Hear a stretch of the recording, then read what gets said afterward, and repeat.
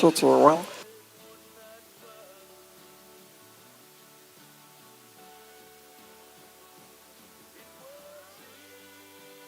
All right, we are just 3 minutes away from our demonstration time for the Queen of Hearts event. We have a clipping demonstration, carcass data, and hearing from the American Hereford Association. So all of the youth registered for our Queen of Hearts event, please make your way to the bleachers for ringside here, and we're going to get started with our demonstrations at 10:30 sharp.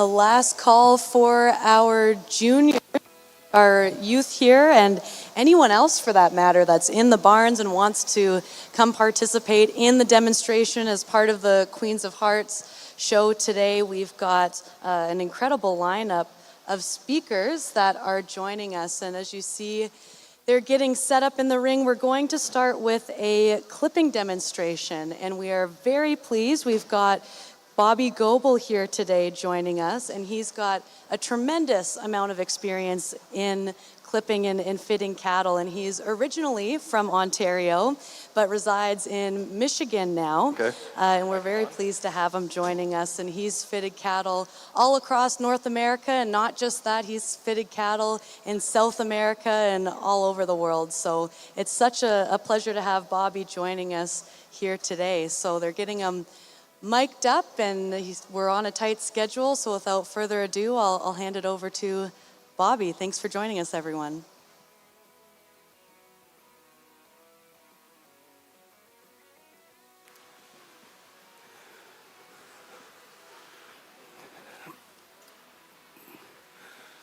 Can everybody hear me?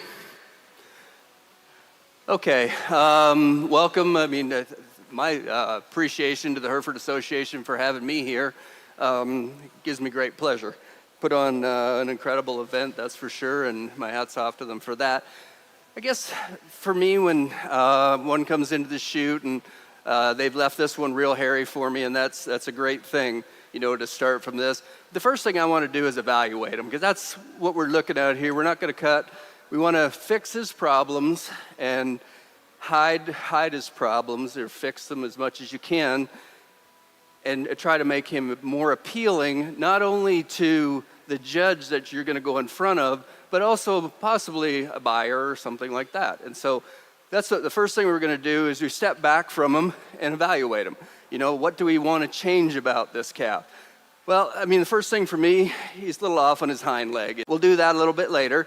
Then you can see from his top, okay, he's a little high in his loin. He kind of roaches a little bit, so we're going to cut the center of his back down a little bit. Obviously, it's a steer too, so we're going to cut it flat as well. But you got to remember one thing about showing cattle is that judge, for 90% or 95% of the time, is going to be where you are, 30 feet away. Okay, so you don't have to nitpick and get every hair exactly right. You want that steer or heifer to look good from 30 feet. So as I said, I'm going to change his hind leg a little bit. I'm going to cut this down through here. And also, I'm going to make him look as pretty as I can up and through his front end. I want to elevate the top of his neck, so I'm going to cut out some of this crest. I'm going to lower him right down in his shoulder. And so this is a high spot, this is a high spot, and this is a high spot. So these are the three areas that I'm going to try to fix. Sorry, not there, up here. So those are the three areas. So that's the first thing you want to do. You just don't want to dive in and say, I'm going to clip one. Look at them first and say, okay, this is what I want to change. So I don't know how many people use big shears. I love them. I grew up with them. I brought a couple sets of little clippers here. I just don't use them a lot. So I'll try to do a little bit with it because these are loud, but they're what I grew up with. And so I feel more comfortable doing that. So first thing I always do, I start at their tail. You know, it's going to come off anyway. So where do I want to start here? I want to start just above his twist. His twist is right here at the crack. So that's where I want to start, just a little bit, an inch above that. I'm going to shave both sides.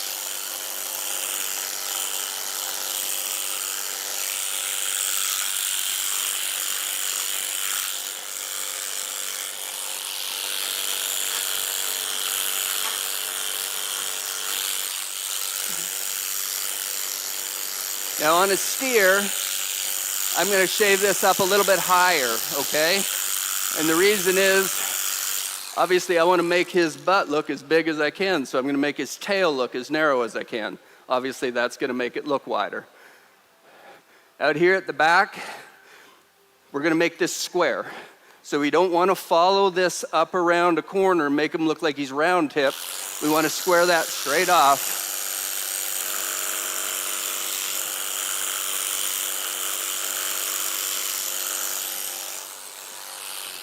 Okay, obviously his sheath down here, we want to trim that off to nothing.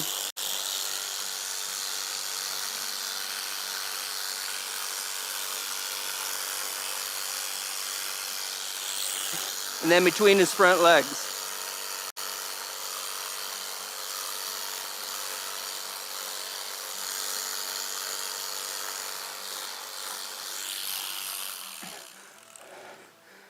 Okay, so now on his hip here, so we're going to try to flatten this out.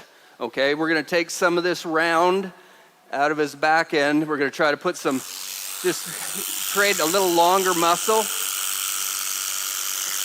and a little flatter.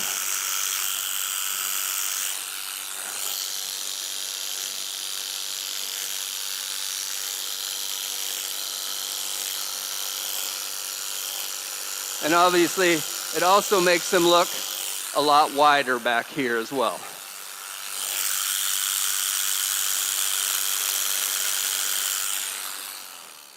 So the first thing I did, and I did it before you all came in here, but he's got 2 halters on. The reason he's got 2 halters on is to keep his head straight. I don't want him turning and doing this all the time, so I can only clip one side of his neck. So before I start every one of them, I keep their head out of the chute, so I don't want to be clipping around bars, and I tie 2 halters on them to make sure their head's straight all the time. So obviously I said this is a high spot right here. So we're going to cut this down.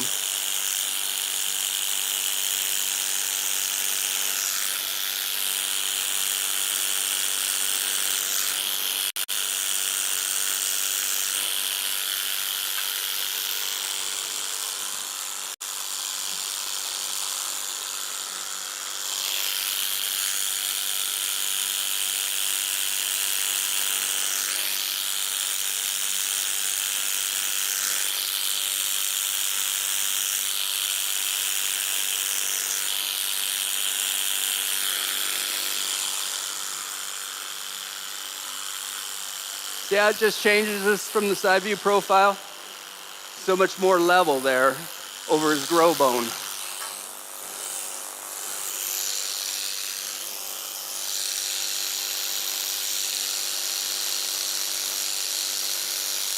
You can always take more, remember that. You don't have to take it all in one swipe.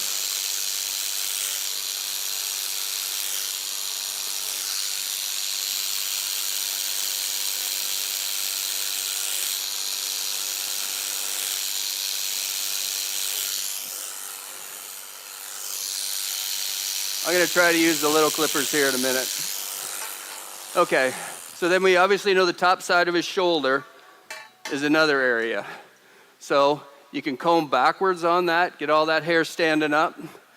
I like, for me, to start at the top of his head. And the reason is, when I'm running these clippers up here, it seems like they always want to do this, and I dig a big hole in them.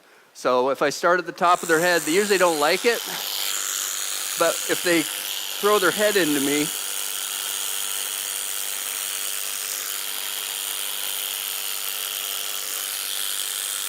should have 2 types of blades of these in your tack box. Blendings, which are beveled at the end, so it doesn't cut right to the end. Those are the ones probably I'd recommend using a lot. These ones are X blocks, which are sharp right to the edge. So whatever you touch, it's going to cut. And I mean skin too. So just remember that. These ones are these ones will push hair over more, but they're a little more forgiving. So as I said, with his hind leg, we're going to try to take this. So what I'm going to do is I'm going to cut down the very back of his leg.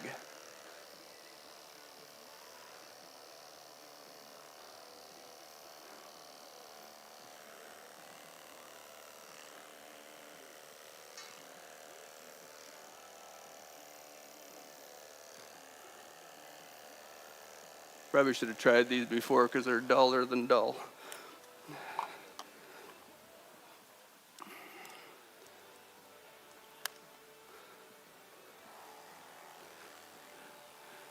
So, and then the side of his hock, we're gonna trim that up so it looks like a nice flat bone on the side.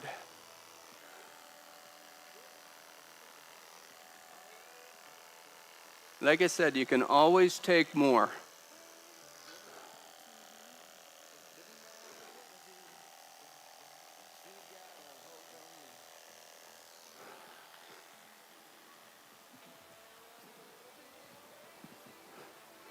See how that changed his hind leg?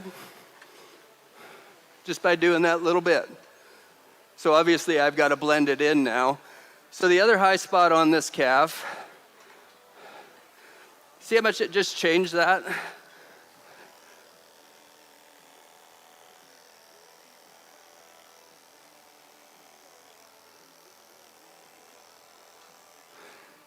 Is the front side of his hind leg. So we're going to cut this part down. Basically what we're going to show to the judge, is we're going to try to move this whole hock forward. And again, we're going to do it from where you're sitting at 30 feet away.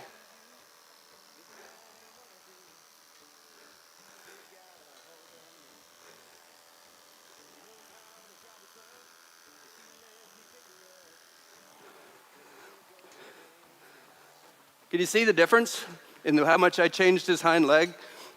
So obviously if you put some adhesive in there, we would glue up in this part in here, and then we'd just reshape that whole leg. Okay, so on his belly, basically we're gonna try to keep as much rib in this calf as we can. So, but you don't want the hair hanging down under here. You want to make it look solid. And so all we're going to do is tip it.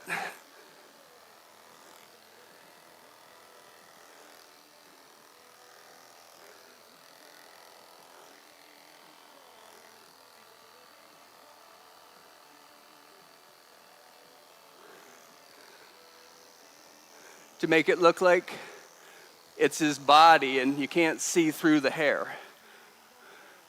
Back here, you comb that down, again, you just tip it to make it look like it fills in his body all the way back. You get up to his shoulder. Obviously, we're going to try to cut these in and make him as flat as we can from the back side of his shoulder up to the blade at the front, which blends into his neck. So obviously, all animals, the hardest part that sticks out is the point of their shoulder. So I always start there.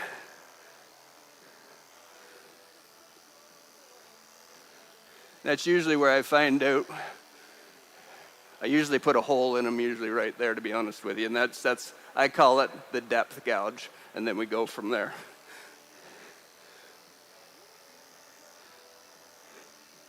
Basically, all I'm trying to do is make it look like the point of his shoulder lays right into his neck.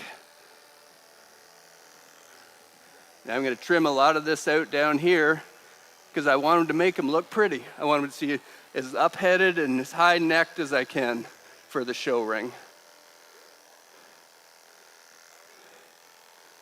I'm going to blend in this line where he's shaved.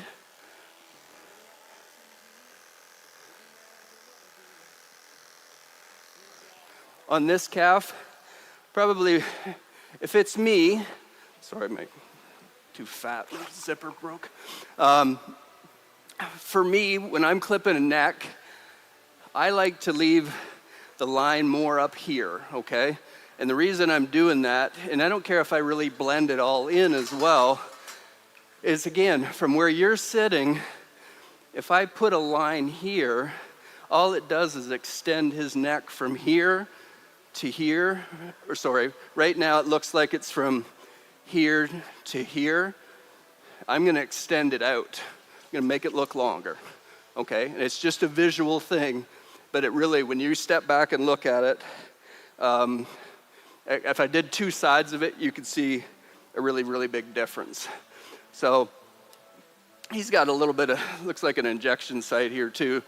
So we're just gonna cut this down. and blend it in as far as we can. And obviously, you can take multiple shots at it till you get down to where you want to be.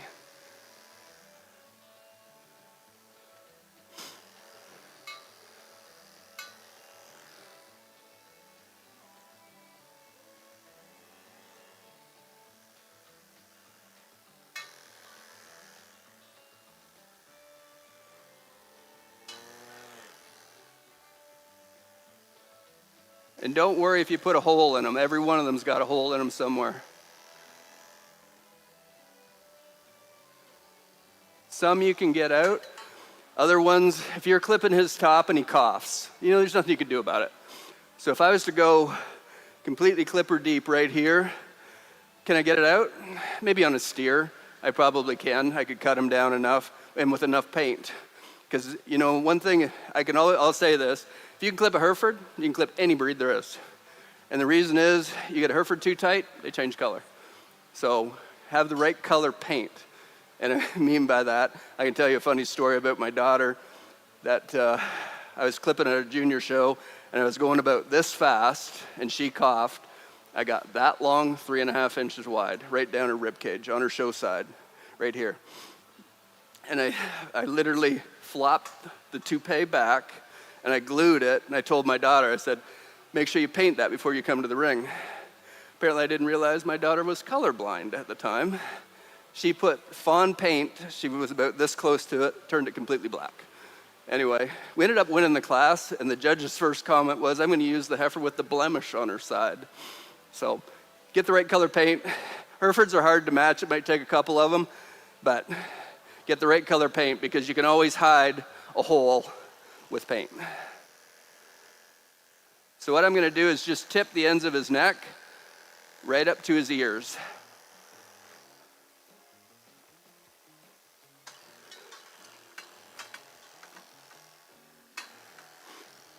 Like I say, for me, I would have left just a notch more hair right in this area, just so it blended a little bit easier. So I would have shaved this part, but I would have left this hair in here just so I could have blended it. So you want to create the nicest front you can get on one. Just makes them look more attractive, and when you start putting show cattle or show halters on these things, you want them to look as attractive as you can. Now you see me, I got two hands. This hand isn't touching the animal, I'm not using it as a guide, but I shake so bad, I'm old, and so I shake nonstop. So I just use two hands together and I turn my body. I don't clip like this. I clip everything with my body turning just because I can keep it steadier. I don't know if that's a word, steadier. I think it is.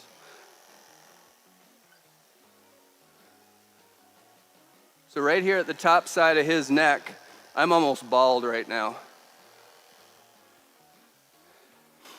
So another thing is behind their ears, or behind their poll here, I would leave this hair up here. And the reason is I'm going to extend his neck from way back here all the way to there. I'm going to give that illusion when the judge steps back and this steer puts his ear forward, that neck is that long, that attractive.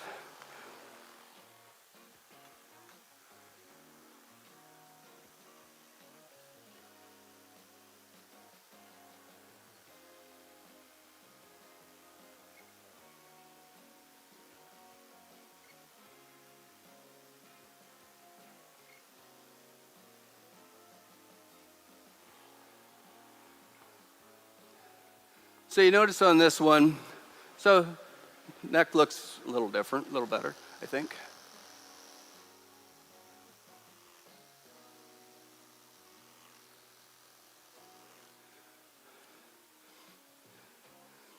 So we still want to take him down right at the top of his shoulders, because obviously this is a steer. So we're going to try to make him look flat up here, which will create that he's just wider all the way through. How much more time? So can everybody see kind of what I'm after? And then it comes down to, once you get the lines cut in them, the high spots, if you will, there's a really good video, and I don't know who does it, but it's from Stock Show something or other. It's a guy from, I think he's from Oklahoma. Anyway, does a phenomenal job. You should look it up on YouTube or Facebook or something like that. He uses chalk, anyway, and he draws on them, and he shows you the high spots on them before he starts clipping. It's a really insightful video. I mean, I watch it just for fun, but he's really very, very smart guy at what he's doing. So now at the steer side of this, obviously to get this steer the way I'd want him, I'll cut this way down even lower, okay? I'll cut this down almost to skin. So, and I might not do it the day before a show. The problem with a Hereford is when you cut them really tight, they change color, obviously. So you can do it show day, but if you do it a lot of times before, on some of the cattle we work on, we'll leave their tail head a little longer when they're standing in the stall, and then show day we'll cut it all off. And the reason being is we don't want it to lay flat all week in the show when people are looking at them in the stall. But when they go to the ring, that's when we finish cut them. So the next day, you go back and look at them and think, "Ooh, that didn't look very good," but it did the day that it mattered. It did on show day. So, any questions? I mean, I can clip all day on one, so. Okay.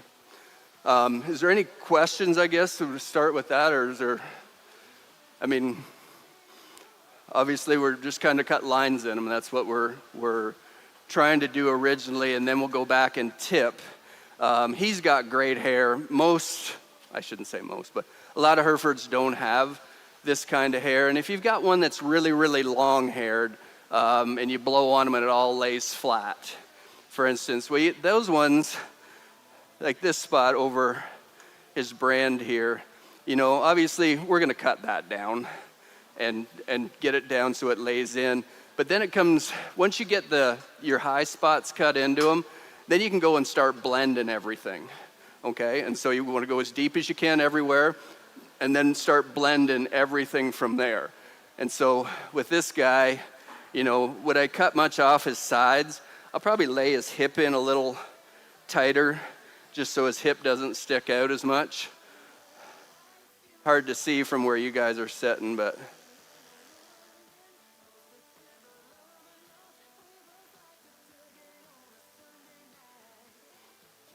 Okay, when I was clipping there, see, I didn't turn my shoulder, but I also didn't move my arm. I used my elbow.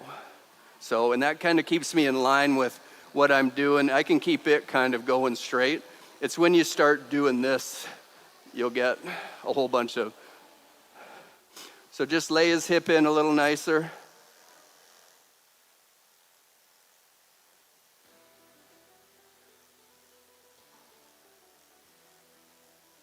And then flatten his top.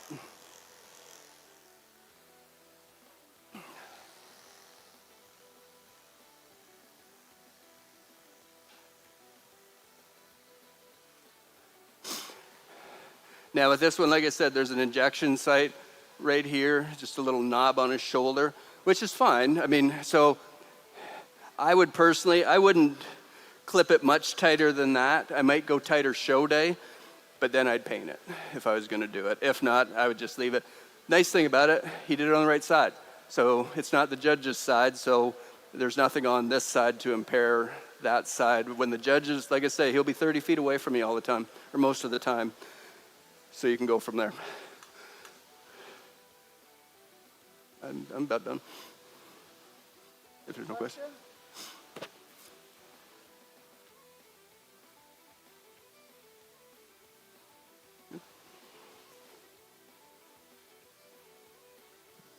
All right, thank you very much, Bobby Goebel, for joining us all the way from Michigan and making time for us here today. How about a round of applause for Bobby here? He's fit cattle all over the world and has tremendous experience to be sharing with us, so we greatly appreciate it. So now we're going to move on to next in our demonstrations is the importance of carcass data.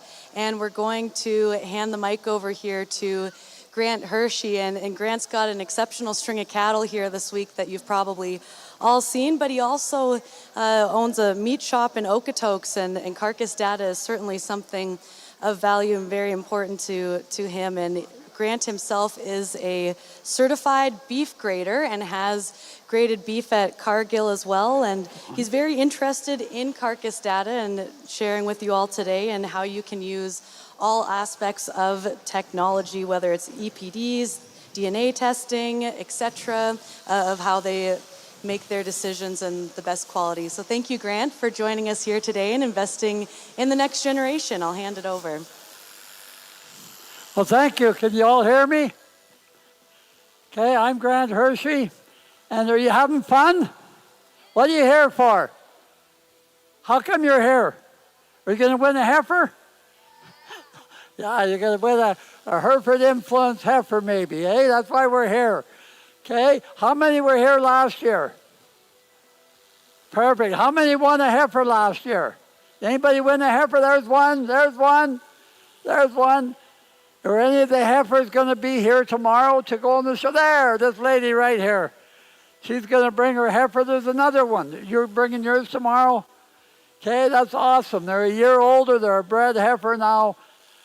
So Bobby was give us a clip and demonstrate. Why do we want these cattle to look pretty or nice? To get more money. Okay, how many of you had a shower this morning? You don't have to put up your hand. How many of you girls curled your hair?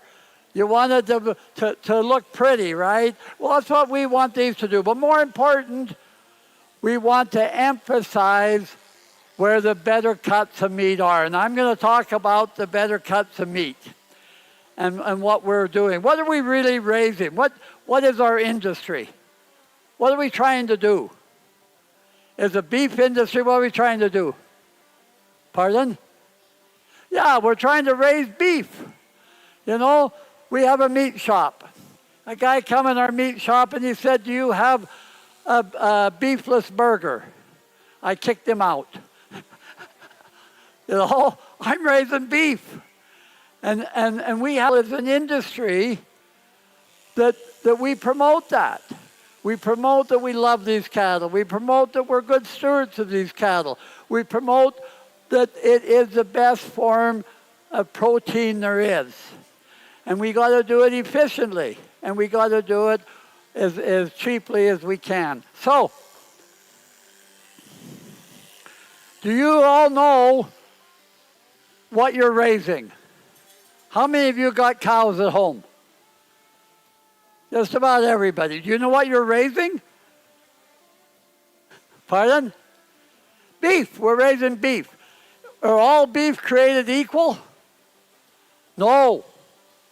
Is some beef better than others? Okay, I'm going to tell you a story. Okay, we've got 2 steers. They're standing here in our meat shop. Or before they get to the meat shop. They're hanging in the meat shop now. Okay, they're both 1,400 pounds. Okay, so they cost me the same. Okay, then I process them, I hang them up, and one is a yield grade 1, one is a yield grade 5. Okay, and I'll explain that a tiny bit what that is. Okay, one has got a bigger muscle and less fat, and one has got a little muscle and a lot of fat. Which one do you want? Little muscle? Nope, opposite. Okay? We want a lot of muscle and little fat. Those 2 steers, when I sell them in my counter, do you think there's any difference in the money coming back to me? How much? How many think it's $50? How many think it's $100? Everybody put your hand up. Everybody put up your hand. Everybody keep your hand up. Okay? When you think that it's less, you drop it. Okay? How many think it's $50? How many think there's $100 difference? How many think there's a $200 difference? $200? I paid the same. How about $300? There's at least $300. We did one, and we tested it, and there was $500 difference. Now, they're not all that way.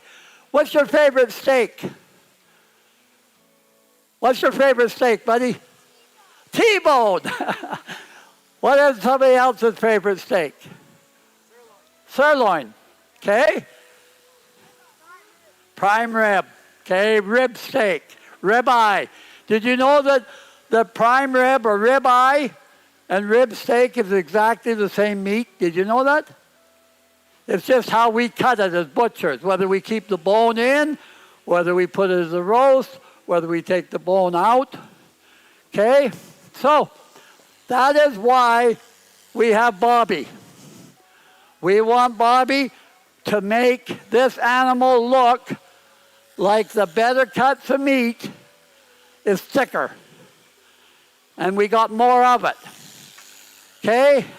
So this here, does anybody know what this is? You guys all got one of these in your pamphlet or in your thing. I want you to take that out. I want you to look at that. And this is so you know what you're raising.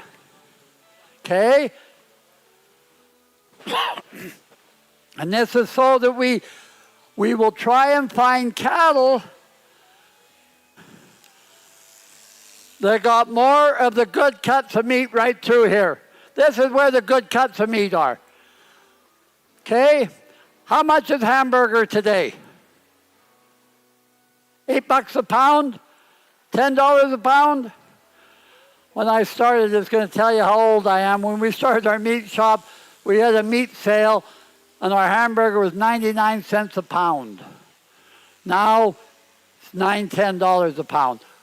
Okay, who said he loves T-bones? T-bone. Did you know a T-bone is a combination of two steaks? Does anybody know what it is? New York and a tenderloin. So, when you got a big old T-bone, that top part, if you take the bone out, becomes a New York. The bottom part is a tenderloin. You know, on the T-bone, there's a little part that's always the most tender. That's your tenderloin or your filet mignon. Okay? Do you know how much a filet mignon is in our meat shop today? If you wanted to come buy a tenderloin, do you know how much it is? A pound? How much? About $50, $60 a pound. A T-bone, New York, is about $40 a pound. Hamburger is $8 a pound. When I buy an animal to put it in the meat shop, what do I want? More hamburger? Probably not. I want more steaks, right? So right here, this is where I call the big three. Okay, does anybody know what this part right here is? Look at your pamphlet. What do you get? Is that your rib? That is. So like I told you earlier, you get your prime rib out of that, you get your rib eye out of that, you get your rib steak out of that. Now that, I don't know if you know this, but an animal starts putting his fat down in the front part of the body first. And all of the fatter cuts of meat all are in the front part of the body. Think about it. What is this here? Does anybody know what this is? That's a brisket. Is it pretty fat? It's pretty fat. What part of this? That's a chuck. I think a chuck is the most underrated roast there is. It's got a little more fat. You throw it away, but you cook it slow. It is we cook that for Sunday dinner every Sunday. It is the best roast there is, and it's the cheapest. Still only $30 a pound. But so it's got more fat. Back here, now we're getting into our prime rib. Has it got more fat? It does, don't it? Not more than chuck, but it's got a lot of fat. Then now we go back here. This is where your T-bone comes from, right here. This, right through here, is your tenderloin or your filet mignon. Why is it so expensive? It's got no fat, and it's very tender. Do you know why it's tender? It's on the inside, and it does not work. It's a lazy muscle. And so it becomes tender. The top part is the New York, and that flexes, and that becomes a little more tough. But to me, that is one of my favorite steaks because it's got very good flavor. So then we go back here, right through here. Look at your sheet. What is back here? Who said they love a sirloin? Somebody said here that a sirloin. A sirloin is, to me, the poorest of the three big cuts of meat. Well, I won't say it's the poorest, but it's the leanest. It's really good flavor, but it's a touch tougher. Why? Do you see how far back in the animal it is? So what does that mean? Doesn't have as much fat. Remember I told you the fatter part of the animal is at the first, and at the back is the leanest. What do we have here? That's the round, the rump.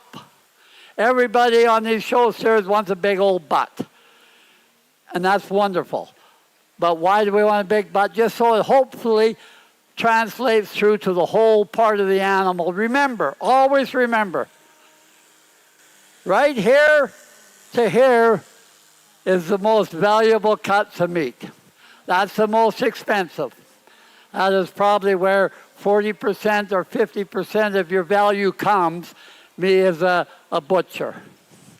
And then down here, we've got your shank, stew meat. Down here is your plate, your short ribs, and whatnot. So do we have any questions? What's my favorite cut? I like a New York. And I like a ribeye. But I sell barbecue sauce, we sell seasonings. But guess what? If you go out and buy a really good steak that's aged properly and AAA, you shouldn't need to put a lot of seasoning and sauce. You're just covering up the flavor of the meat. When we barbecue for people, we get a good steak and we put a little bit of seasoning, salt on it, and that's it. We don't try and cover it up with a lot of other cuts. Do we have any other questions?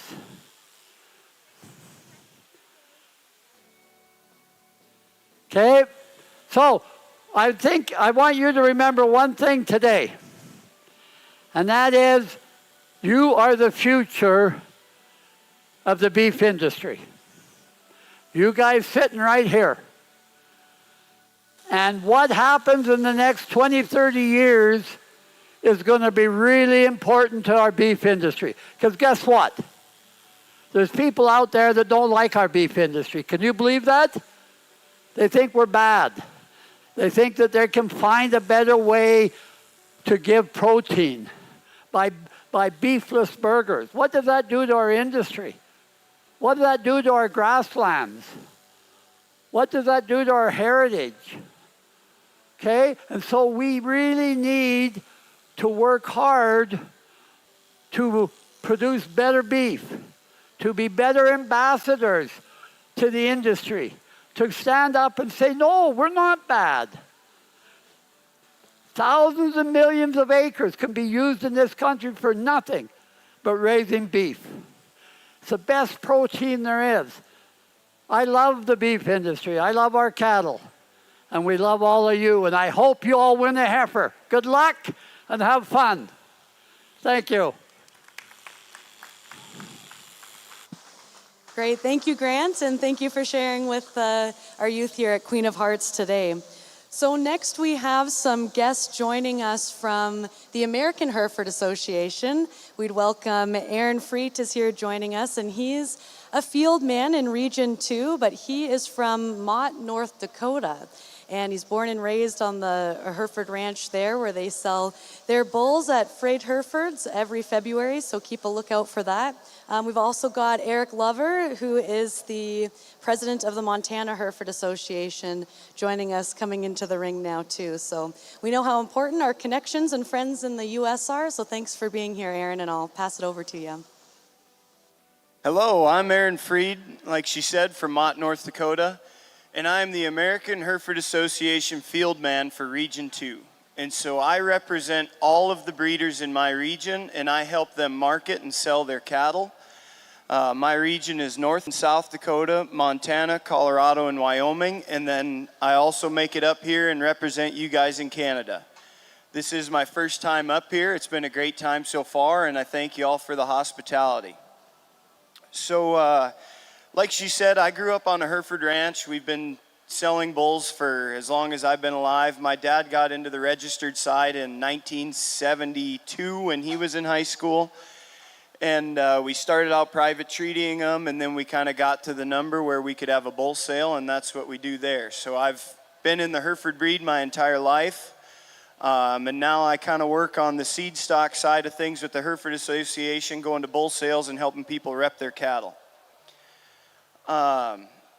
We've got something to be really proud of and something really to be excited about in the Hereford breed.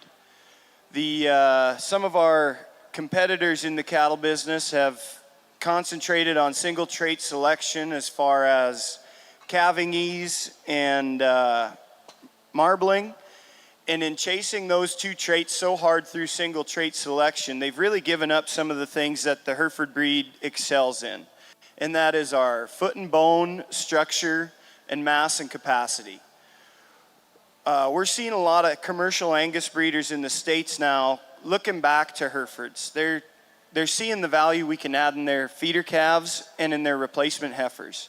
There's nothing better than a black baldy cow, and there's nothing better than a black baldy steer.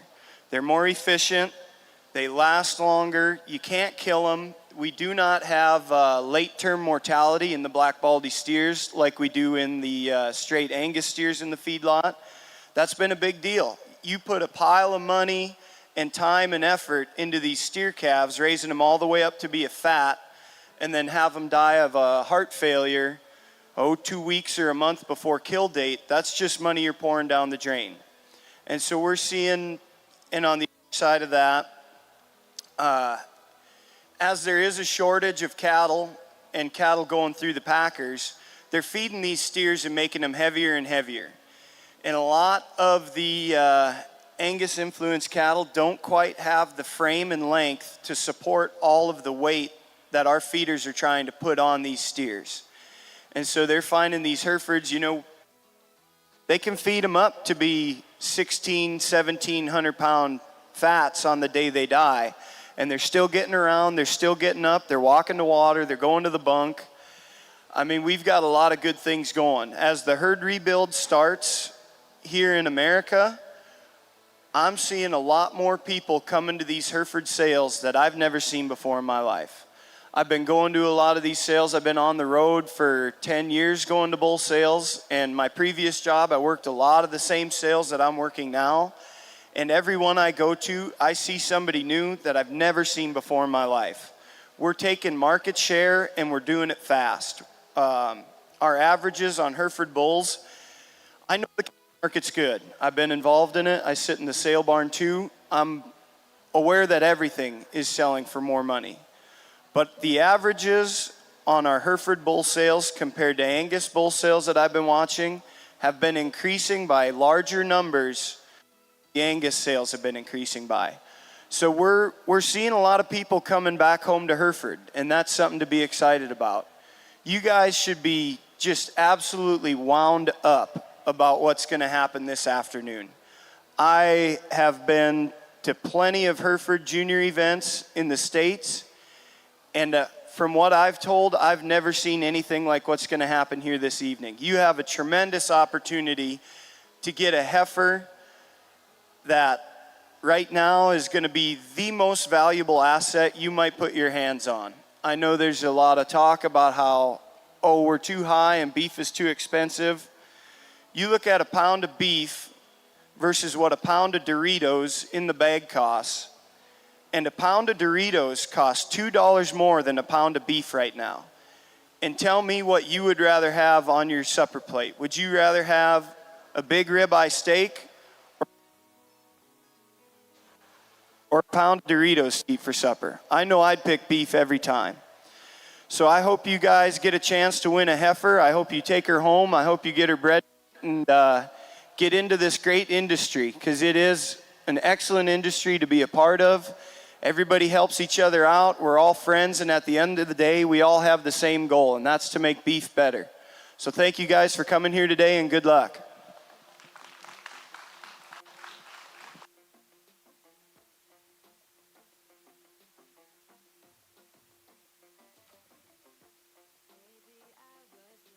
Hey guys, Eric Lawver. I'm part of Holden Herefords in Valier, Montana, and the president of the Montana Hereford Association. I just want to thank everybody for the hospitality here. This is an extremely cool show.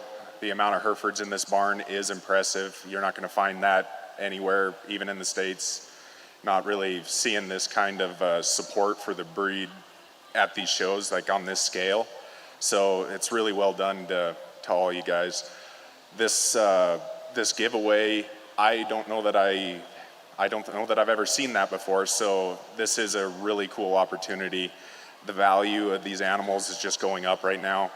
The cow herd is as low as it has been in years, and the fact that you guys are getting to win a commercial heifer right now is really cool. The value of these Hereford cross females is as high as we've ever seen. The Baldy females, bred female sales that are going on right now are bringing $200 a head more than their straight black counterparts. So getting into this Hereford business right now it's ideal. We're not going to see, the demand for Herefords as strong as it is right now. It's been a little tougher in the past, but right now these feeder cattle are selling without any help. They're bringing more money.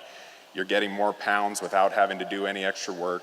It's just it's a good time to be in the Hereford business, and I'm really excited for everybody that's about to win a heifer. It's gonna be a pretty fun little drawing. But yeah, thanks to everybody for having me up. I've really enjoyed myself so far, and good luck to everybody in the drawing.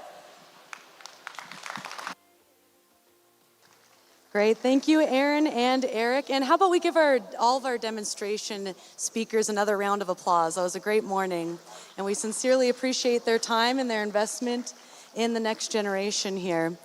So while the demonstrations wrap up, we've got incredible sponsors to thank, but you're also wondering what's to come for the rest of the afternoon. We've got some important information to go through, as there's lots going on today. So don't miss out on, at 11:30, there's a Cutco demonstration in the back corner at the trade show, so make sure to go check that out.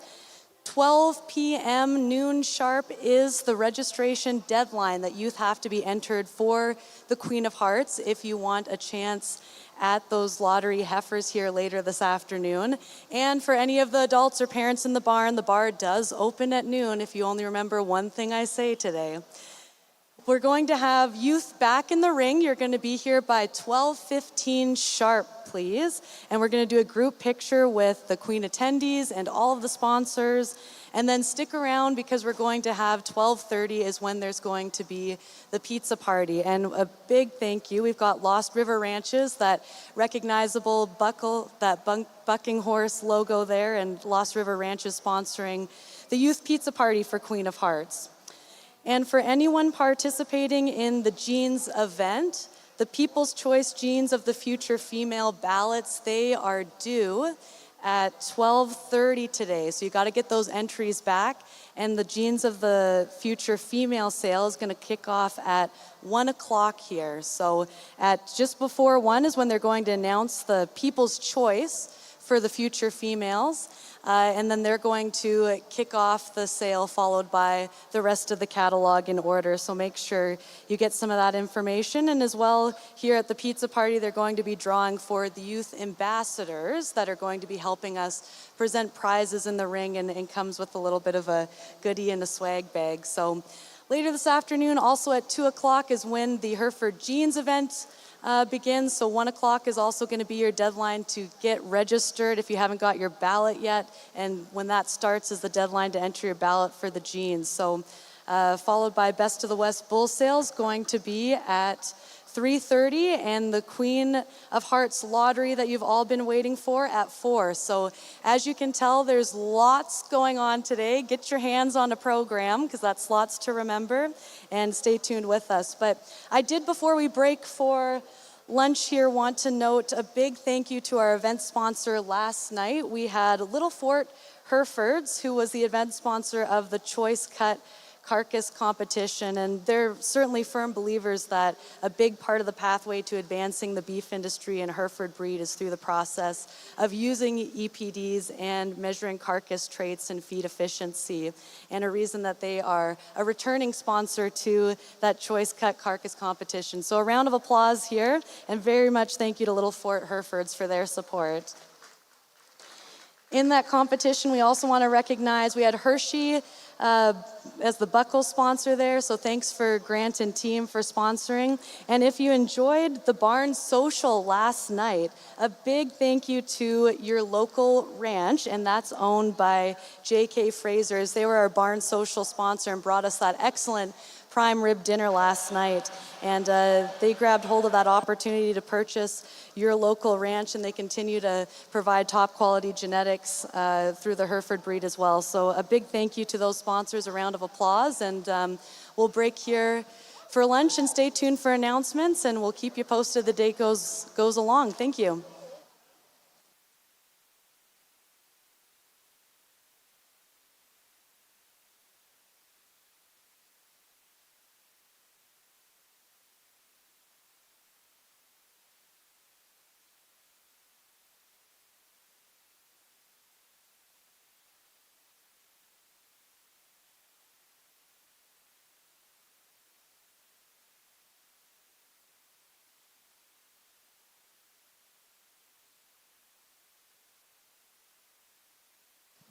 Hi everyone, I just want to make a last call announcement for any adults that want to come up and enter to win a free heifer as well.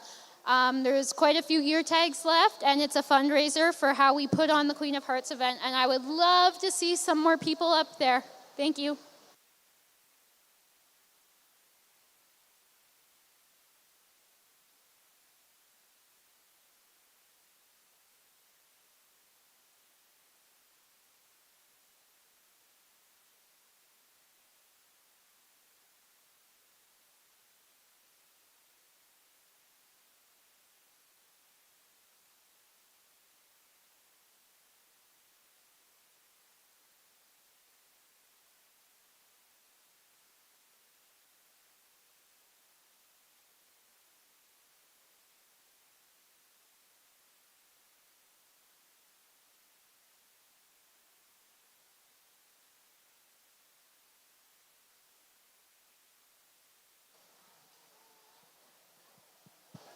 We will have our pizza party for the youth here at 12:30, but for anyone else looking for food over the lunch hour, just a friendly reminder that back in the barns is where you're going to find all that nice signage for a concession as well. So there is food on site for anyone else needing to grab a bite.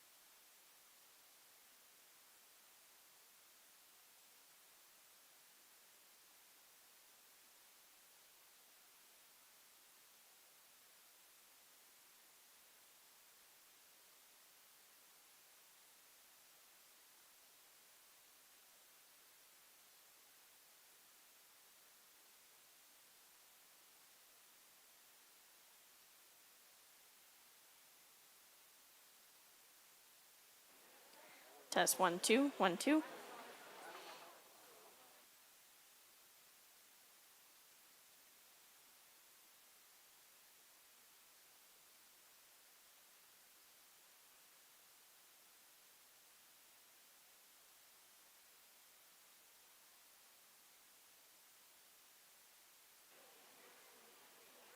Hey folks, just a heads up, in the back of the trade show area at the back of the ring, I'm just giving a big wave. We're about to do a Cutco presentation in 2 minutes, so gather round.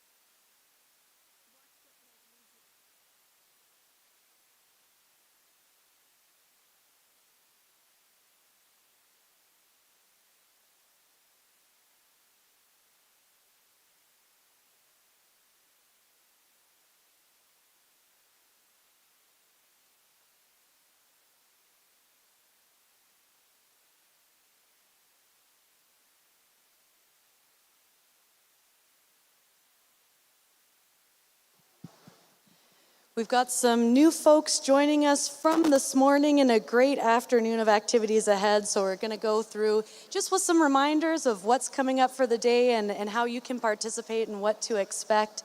We've got our Jeans of the Future female sale. And part of that, you can visit the registration table and you can travel the barns with your ballot and pick out your vote with your top 3 lots, which will identify a grand and reserve champion for our People's Choice Award. So those ballots, you can pick them up at the registration, and they're due back at 12:30 sharp as they're going to do the tabulating, and that will determine part of the sale order, starting off with those People's Choice Awards heifers, followed by the catalog order when we get started just before 1 o'clock here back for that sale.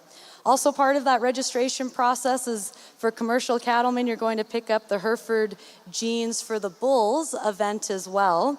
And in there, you have a chance to win one of 3 $2,500 sale credits for this afternoon's big bull sale here coming up. So make sure, similar process on that ballot, you're going to go through the barns and pick your top 3 lots and vote there as well. So again, there's an opportunity here to win one of 3 credits for $2,500 for use at the Best of the West Bull Sale.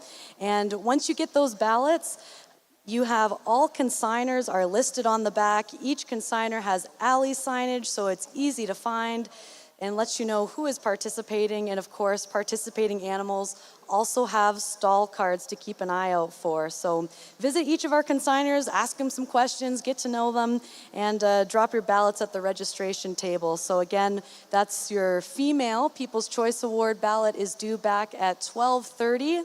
And your Bulls Hereford Jeans event ballots are due back at 2 p.m. sharp, right before that event begins. So if you have any questions, please see our lovely gals at the registration table. And again, as always, you're not going to want to miss out on the opportunity and your chance to purchase some of these excellent genetics you've seen this week, and that can be done by registering as a bidder for today's sales, also at the registration table. So once again, thank you to our Queen of Hearts event sponsor, to Lost River Ranches, Tim Tanis and Barrett Petrowski of Many Berries, Alberta. Thank you very much for your support. A big thank you as well to Golden Oak Livestock that is providing our heifer winners with 2 doses of Churchill Amsterdam 27 4K ET semen for the 2026 breeding season. An exceptional donation. Thank you very much. And again, thank you to our good friends of the Queen of Hearts event as well. We have Breton West Herefords, Dwayne Rout, sorry, Dwayne, you'll have to find me later, Randy's Butcher Block, and Jennifer Liberon. Thank you very much to all of our sponsors and supporters, and we've got a great afternoon ahead, so visit our registration table for more details.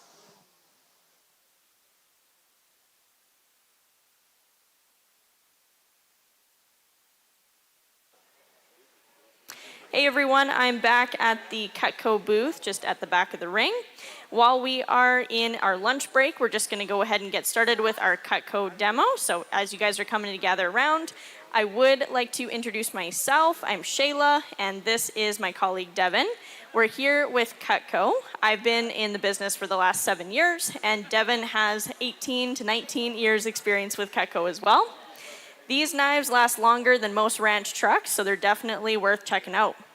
Today we're going to show you what these knives can do, and if they can survive ranch life, they will surely survive anything. Cutco's been around since 1949, and like a good breeding program, it just keeps getting better every generation. Everything is high carbon surgical steel and engineered to hold an edge for generations longer than your grocery store knives. Cutco is guaranteed forever, which is ranch language for use it hard, use it every day, and we will fix it for you. If it chips, dulls, rusts, or breaks, melts on the stove, for example, or gets borrowed by your teenager and never comes home, Cutco will replace it. Unlike some farm equipment, these won't need replacement parts every spring. We've had a few client testimonials that we'd like to share as well. One such client left a paring knife in their burning barrel and the handle on it melted. They sent it back to our factory and it was replaced. The same client, same paring knife, but the replacement this time, was then left in the grass and was ripped through the lawnmower, sent back again, and replaced again. Our super shears, I've also been told from another client, have gone through a combine before, and Cutco replaced those as well. Another client of ours, then's husband, melted the handle of their shears on the barbecue. The client divorced her husband, but Cutco took care of the super shears, and those were replaced too. We can't promise stuff won't happen, but we know from experience Cutco will take care of you no matter what happens, no receipt needed. That's why ranch families love this brand. It's like buying a bull with proven genetics, strong and reliable. This kitchen cutlery brand has been around for over 75 years and is multi-generational legacy product. Like our legacy of our ranches and cattle brands that extend through generations. Most of our items run $100 to $300 per item, and when buying multiples or sets, bundle pricing and discounts are available as well, and our sets do have a built-in discount. Cutco is built to last, and with our guarantee, you buy once, use every day, and never have to replace. That is our Cutco guarantee, and it's taken care of for you. We will now transition to the Cutco demonstration to see these knives in action today. These knives are balanced, comfortable, and great for big family meals or harvest cooking. If you do any batch cooking during branding season, these are definitely your best friends.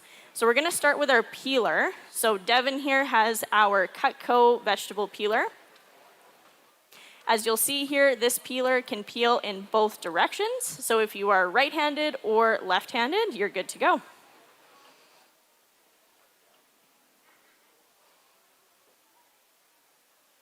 Our gadgets, as well as our kitchen knives, are dishwasher safe.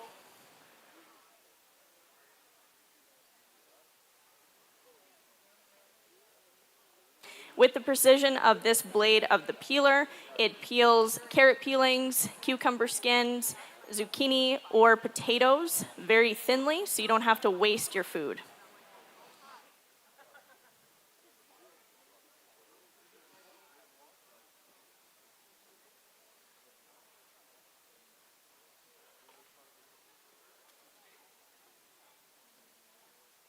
So next up, we have our Petite Chef knife. So Devin's gonna demonstrate how it rocks back and forth very quickly, and you're able to chop through thick carrots, cucumber, celery, anything that is tougher typically to chop with a dull knife. this petite chef cuts through very easily. Now, this knife is not a carving knife for meat. This is just designed for chopping veggies and cutting straight down. A bigger blade is not always meant to carve meat. Our double durable or serrated edge knives are designed to grab meat and carve meat properly.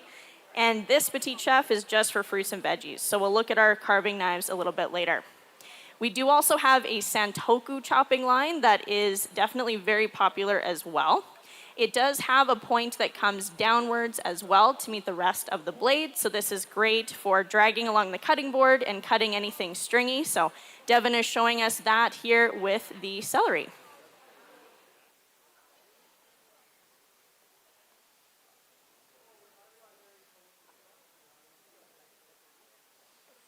Next up, we also have our mini 4-inch vegetable knife. So this is a part of our vegetable knife collection. It's our newest size for the vegetable knives. Some of you Cutco lovers probably have our 7-inch vegetable knife. This is the 4-inch. That makes a great alternative, especially if you've got little kids that are learning to cook in the kitchen, or if you yourself particularly don't love bigger chopping knives, this is a great alternative that is just as sharp.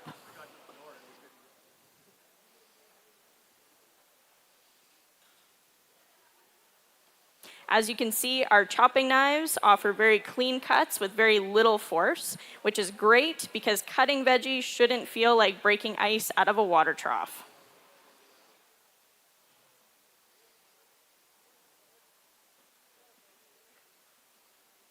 So next up, we're going to be taking a look at our spatula spreader. This is a very unique knife as it looks like a spreader from the outside until you realize it actually has a blade on the other side. So it's great for cutting, spreading, and serving. As you can see, it's a very sharp spreader.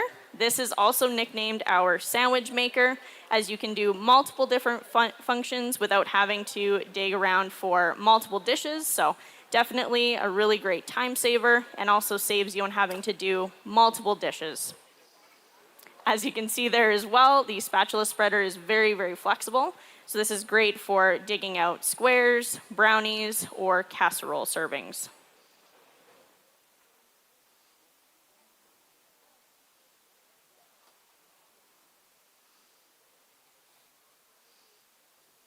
So next up, we're going to be demonstrating our Santoku slicer. So this is going to be going through a baguette and French loaf. So we don't have a brisket here ready for you guys today, but these carving knives are great for carving and slicing. So briskets, roasts, hams, and then of course baked items as we're demoing here. Angel food cakes, any pastries that typically crumble won't do that with the blades that we have here, as our serrated or double durable edges are patented and made for being able to carve through anything that is soft without having any crumbs or squishing your bread or pastries. So this is the same effect for your meat to get that nice carve every single time. No more shredding dog food meat being served at the dinner table any longer after spending hours cooking the meat that you're most proud to serve. And as you can see here, you can also stack the slices of bread, and there's no squishing as well.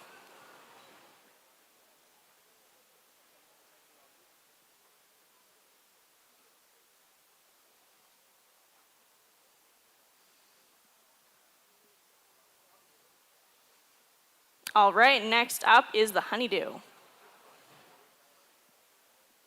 So you see Devin has grabbed our big butcher knife. So this knife is great for frozen foods and for cutting through large melons, as we're going to demo here today. It is great for disjointing chicken. We have many clients that will process their own meat, such as chickens, so this is an excellent tool for that, and also for sectioning meat, especially if you are a Costco shopper and buy meat in bulk. This is an excellent tool. And coupled with that, we do have our ice cream scoop that does have a point, which is great for digging out the seeds of melons as well.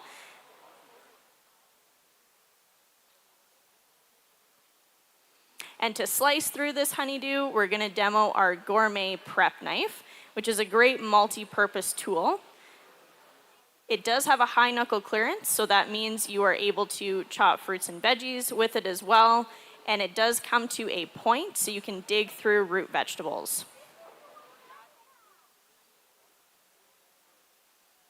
To cut the rind off, Devin's going to be demonstrating our boning knife. This is an excellent utility knife for cutting close to the bone as well. And as you can see, it's super sharp. It glides through rind very easily.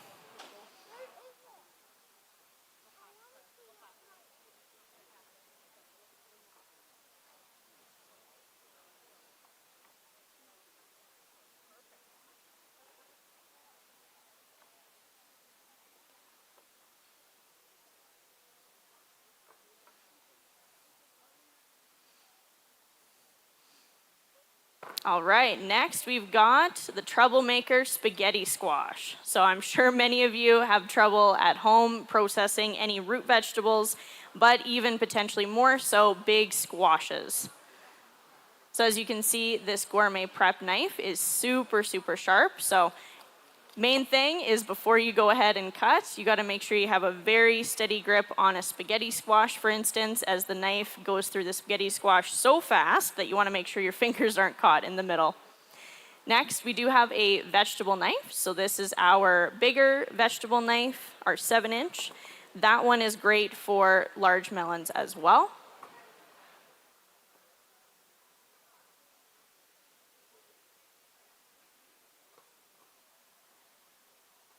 Notice how when we're using some of our larger chopping knives, the weight of the blade does a lot of the work for you. So you don't have to force and fight with your food any longer to get through some tough jobs.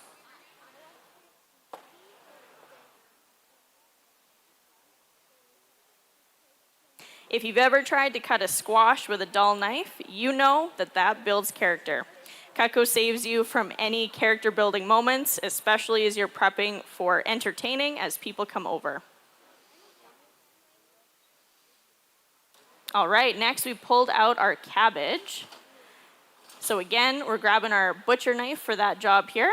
We're just gonna slice through the cabbage in half. This is used similar to a surgical tool, as the top of the blade is curved, so it's meant to make an incision in the food, and then the back of the blade does the rest of the work for you as well.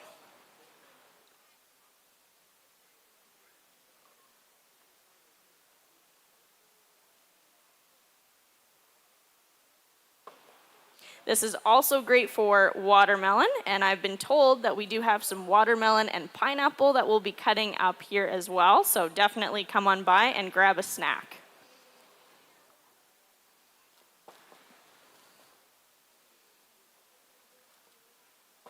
So now the gourmet prep is going to be used to shred our cabbage.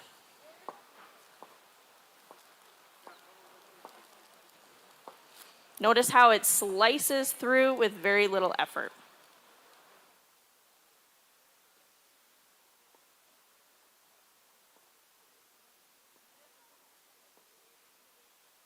This knife is a great prep tool, which is also used alongside a hearty slicer, which both are great for tougher root vegetables, sweet potatoes or yams, beets, turnips, and radishes.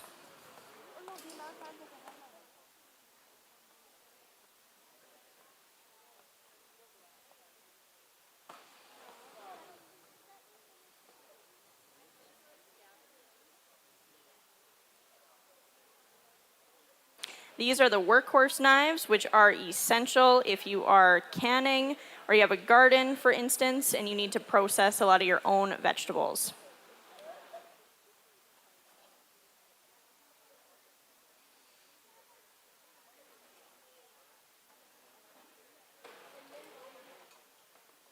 All right, so next up we have our pineapple.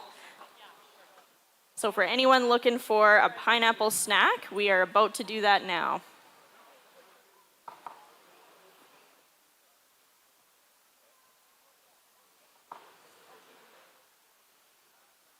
Here we're using our essential gourmet prep tool.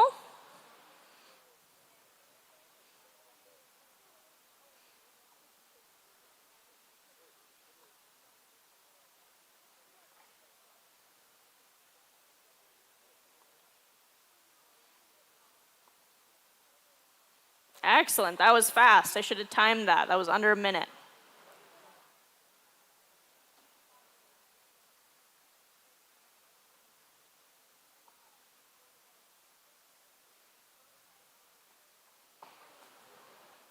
With our Cutco knives, tough jobs such as cutting through coconut is a breeze.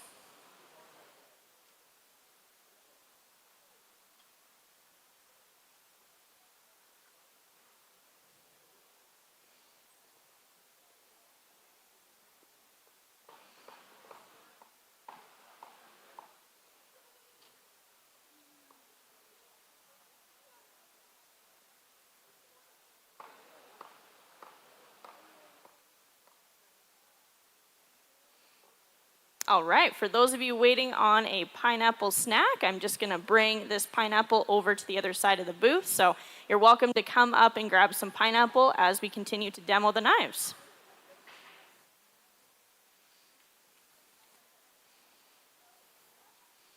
I see a lineup of kids, so you might wanna come grab pineapple quick.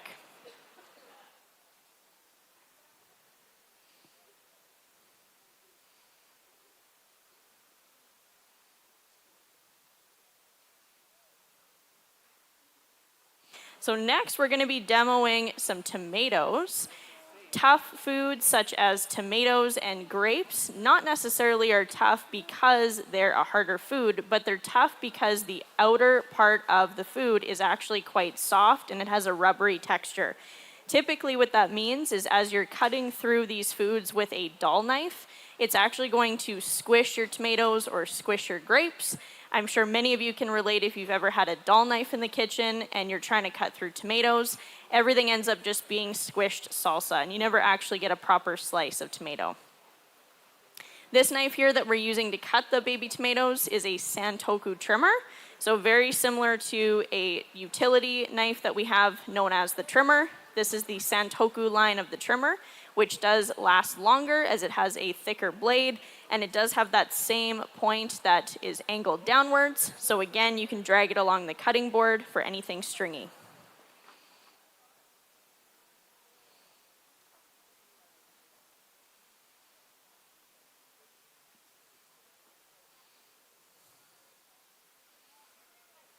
Now, another job in the kitchen that can be difficult with a regular chef's knife is cutting and dicing up potatoes. So we're gonna compare the Petite Chef and the cheese knife. So notice how here when Devin's cutting through the potato, all the potato pieces are sticking to the chef's knife. So that is typical, as with a larger blade, anything sticky or starchy is typically going to stick to your blade, and you're gonna have to pause every couple strokes in order to take the food off the blade. So over time, this can definitely add up and can double the amount of time it takes to dice up your potatoes. Now with the cheese knife, as you can see, the cheese knife is making quick work of the potato. It doesn't stick to the potato itself, so that's why you get a really effective chop every single time. There is 3 holes in the blade of our regular cheese knife, so that allows for the blade to not stick to the potato. And the cheese knife has what we would call a micro double durable edge, so it's actually the sharpest Cutco knife we make.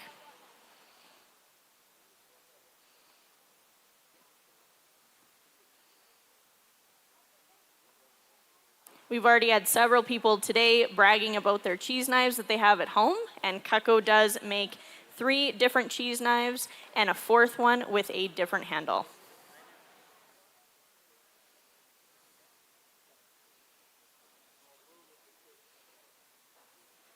The cheese knife is the non-stick knife, of course, so it is great for cheese and any butter that is half frozen, but it is also great for chopping as well. So as Devin's demonstrating here, this is going through cucumber quite quickly.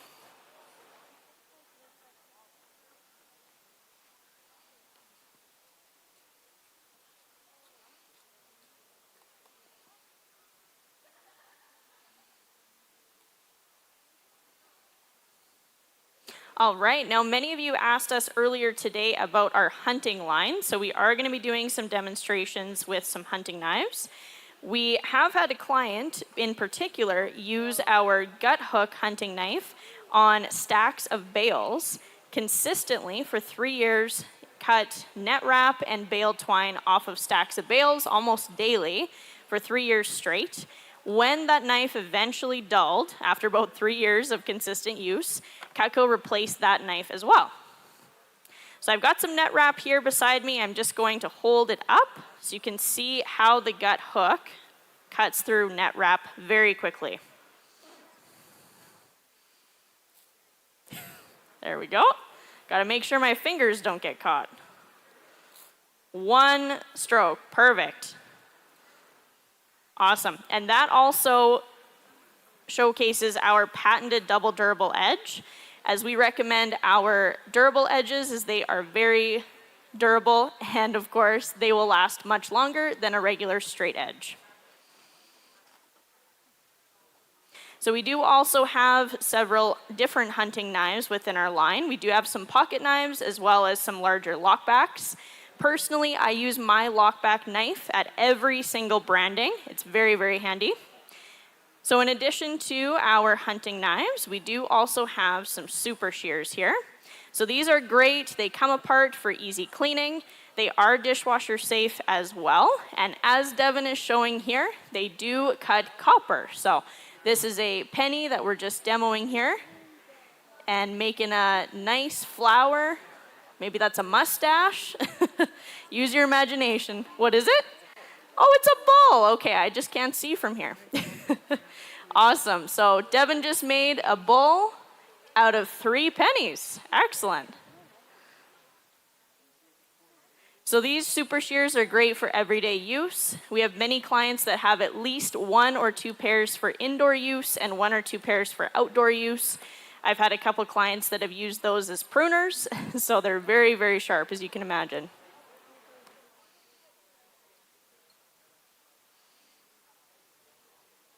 Okay, looks like we're out of pineapple, so we're gonna cut up some more pineapple for those that are waiting for a snack.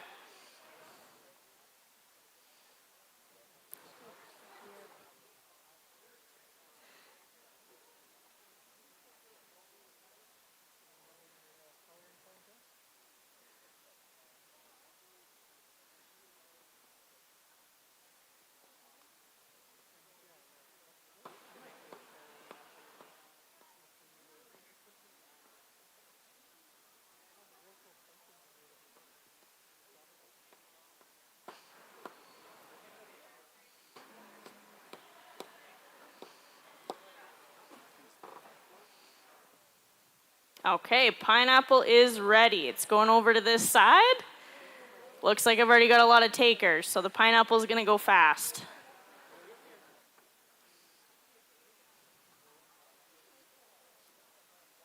And another herd of kids. Don't be the last to the trough.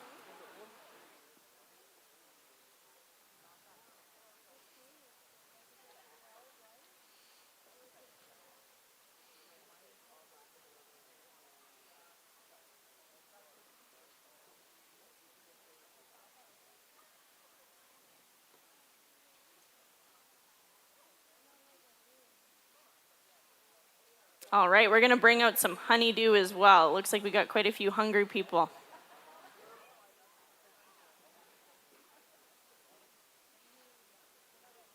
For the honeydew, we're using our boning knife to again cut through the rind, and you'll notice how sharp it is. Devin has to make sure he doesn't cut his fingers as it's going through. It cuts through very quickly. All right, honeydew's on the table.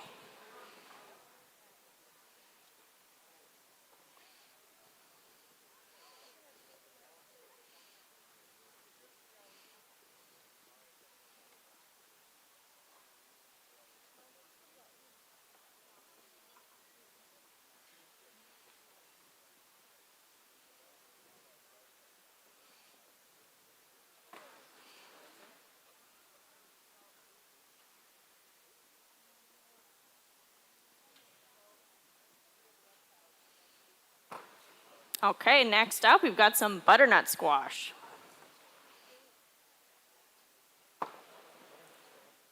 Whew, that was fast.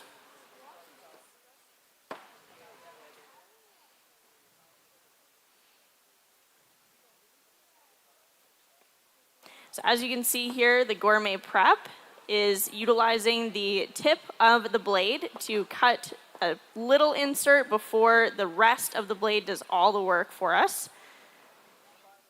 It's incredibly sharp, so it takes no time at all to cut through this squash.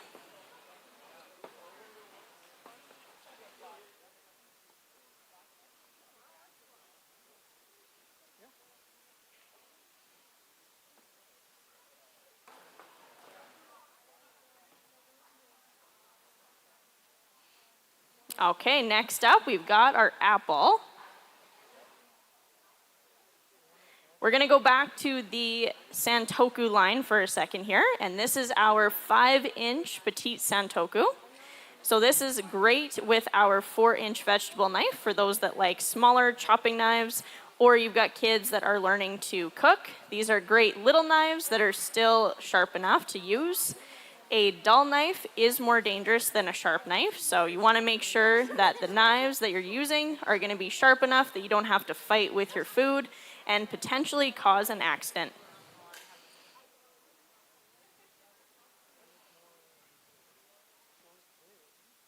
With the tip of the blade for the 5-inch petite santoku that we're demoing here, it goes through fruits and vegetables very quickly, utilizing that tip to drag along the cutting board.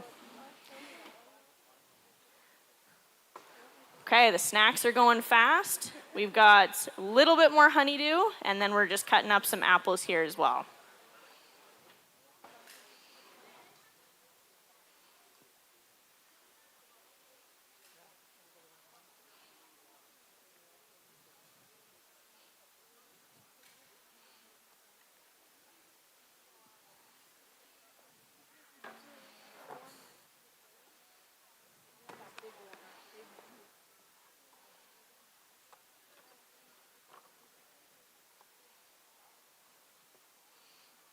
Did you kids check out the bowl?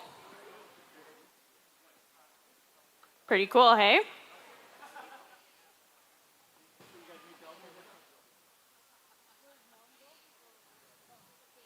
All right, apples and honeydew on the side over here.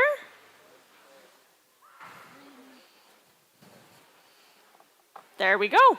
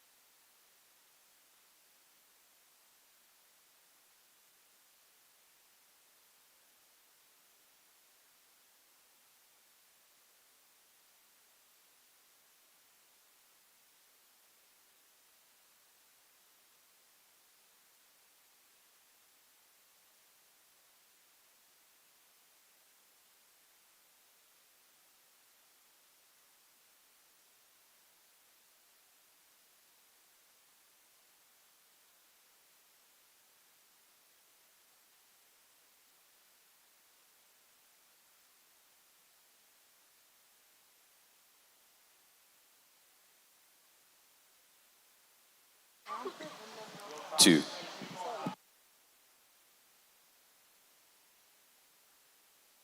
Two.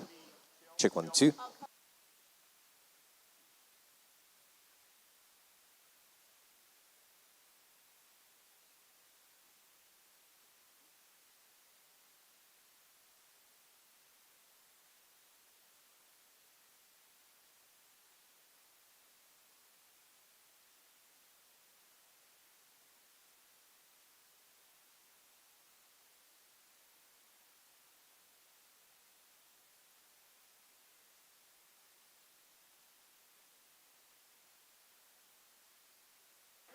All right, while we're prepping some snacks here at the front of the booth, I've got a family here with us, and they have shared with me that they've actually owned Cutco for the last 17 years.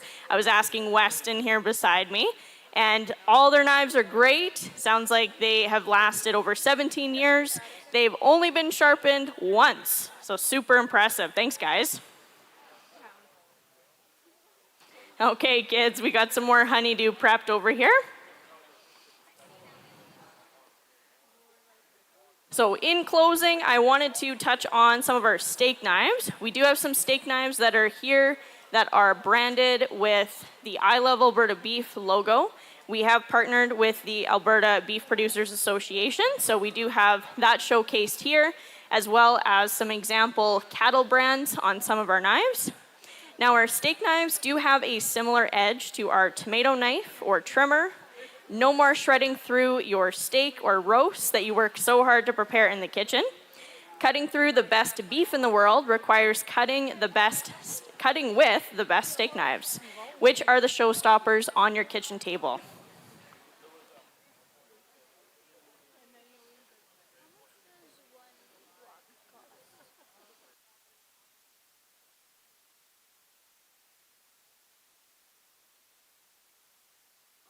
Cutco makes amazing ranch and farm gifts for Christmas, weddings, anniversaries, and especially brandings.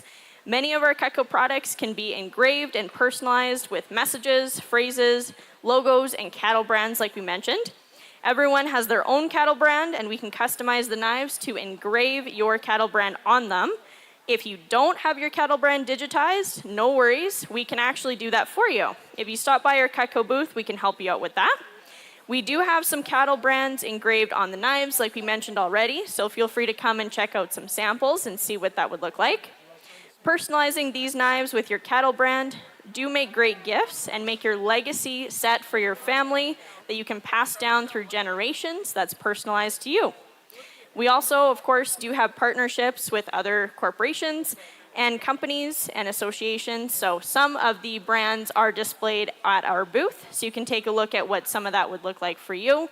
Some of the trickier designs, we are able to digitize those as well. We do have specials today and tomorrow. We'll be here for the duration of the Hereford Showcase, today and until noon tomorrow. So today, I believe, is till 6. Tomorrow is 8 to 12. If anything catches your eye or you want to try out a knife on some food for yourself, feel free to come stop by and ask.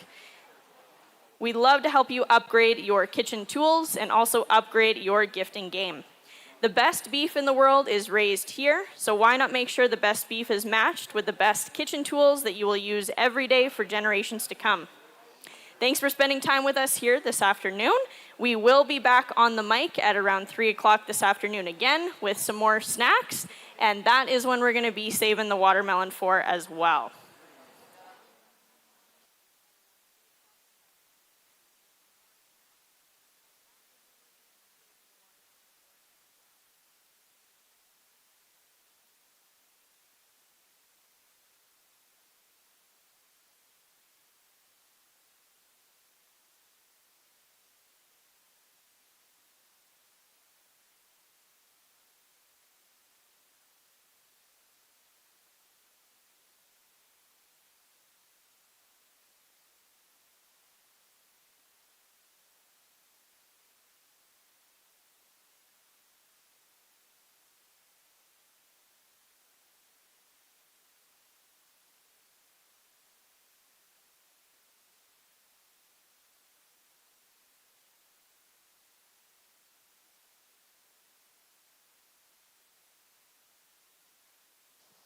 Okay, everyone, time flies. We are getting close to 12:15, where we're going to have a group picture for all the Queen's attendees, and also we want our sponsors too. So don't go too far and start gathering around the ring here for the group picture, and we'll feed you some pizza after.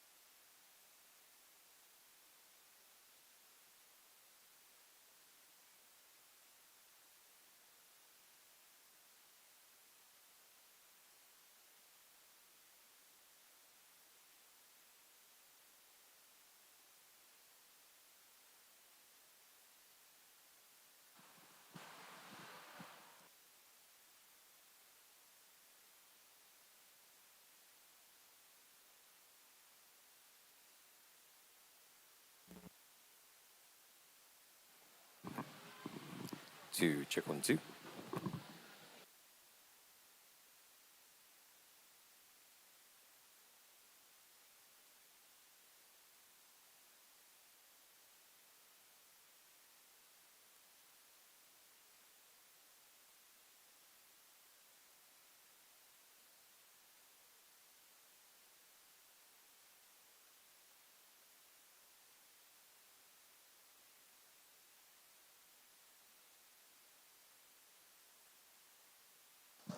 2, 2, 1. 2, 2, 2, 1.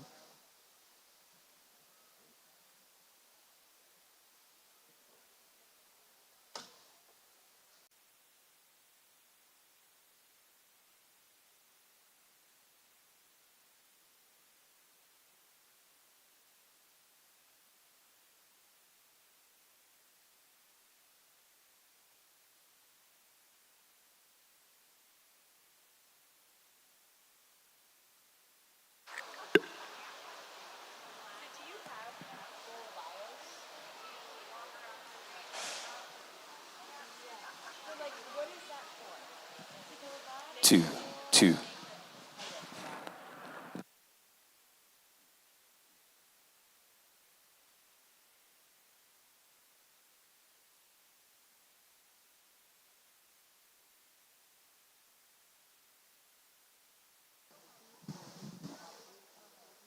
2, 2.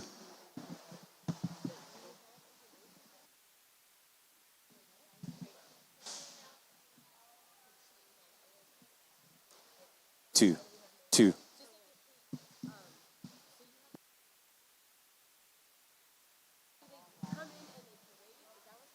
2, 2.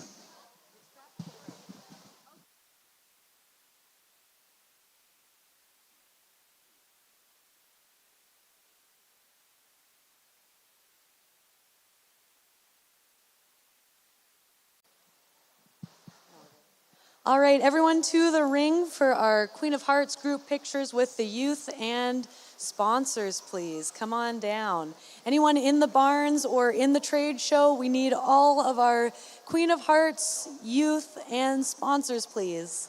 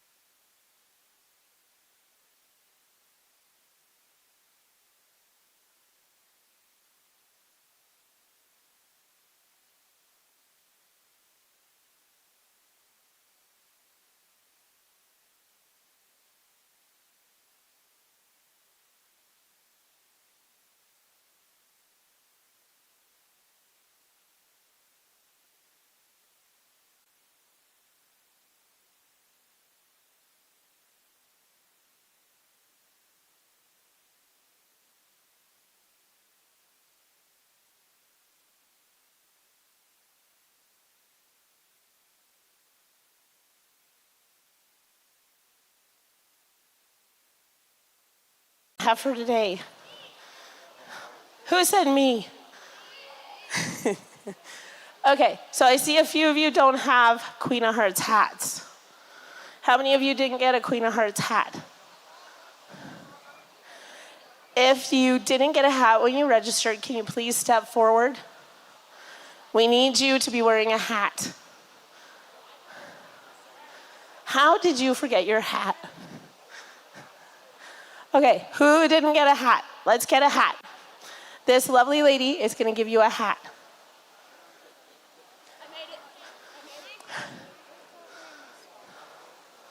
Ava, what am I going to do with you? Can you run and get it, please? I won't take a picture without you, okay? Okay, let's get these Queen of Hearts hats on your heads.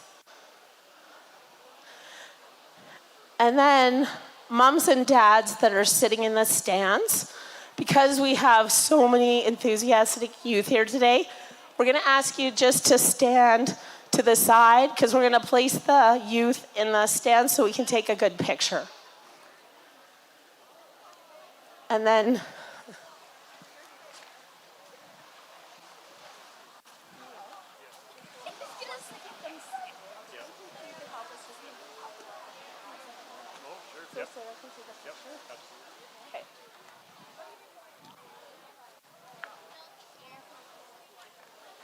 holy smokes, Jess. I think you should take a up picture from there.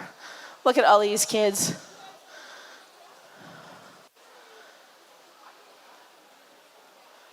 How many of you came to the Hearts events last year?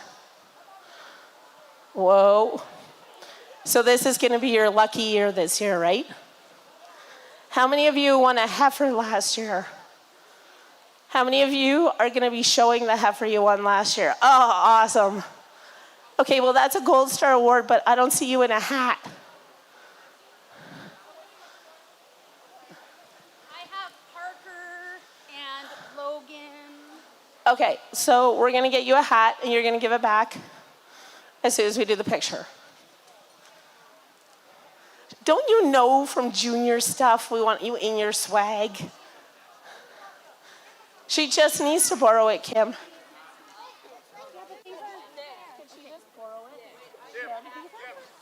That are like not she's just gonna borrow it. I understand that, but like there's other.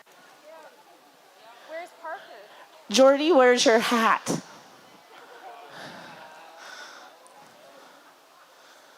So I think right now, do y'all know why it's so important to be wearing that hat? Does anybody have a guess? Why is it important to wear this hat today? Henry, tell me. Because it's the Queen of Hearts. Okay, that's a good one. Why else would it be important to wear the hat today? Because we're here to win a heifer. So everybody knows you're here to win a heifer. That's a good one. Why else should we be wearing this hat today? Oh, okay. To show thankfulness to our sponsors. Bingo. To be thankful to all the sponsors who donated heifers today. So do you think that we could give a big cheer and a round of applause to all the ranchers that donated heifers for you today? How many of you know that the cattle market has been in a pretty good place for the last while? Yeah, so that's a pretty sweet gift today, right? Okay. Do we have everybody in a hat? Yay. Okay, so one of my helper moms, she didn't know she was doing this. I'm going to get you to come, and we're going to get all these kids on the bleachers. The first two, like, do you want...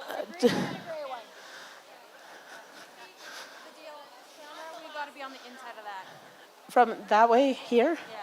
Yeah. Okay. And the gray one. The green one and the gray one. So in an orderly fashion, Queen of Hearts participants, I need you to carefully go outside around the corner here and onto the bleachers. The gray bleachers and the green bleachers. You guys are gonna have to squish together.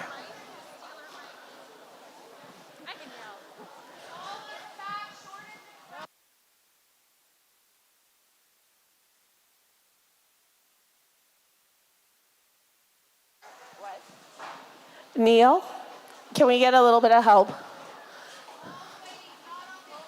So, we're gonna take...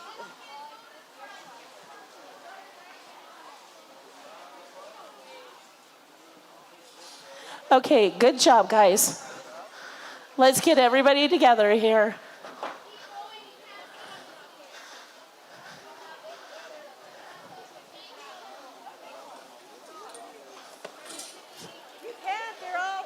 Are they locked?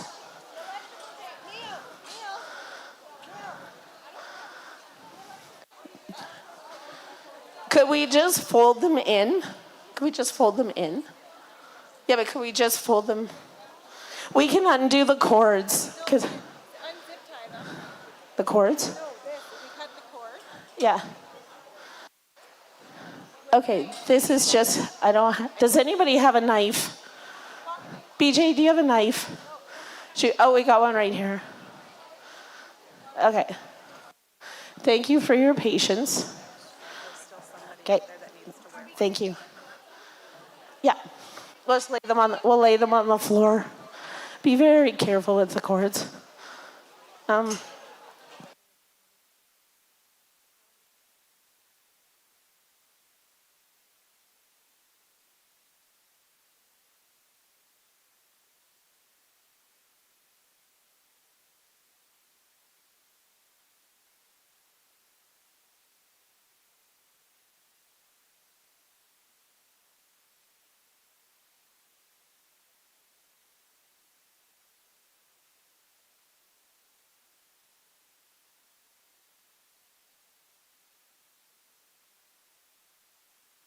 Wow, that's a lot of red hats.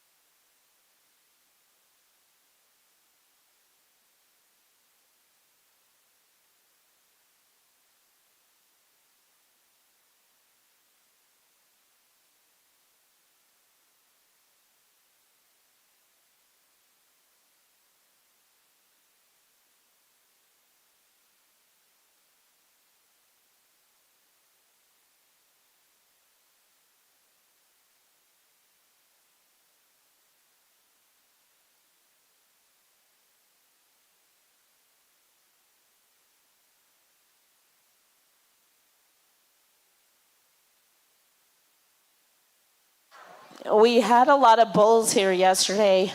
Now we have so many kids, we have to change the ring. Who would have thought?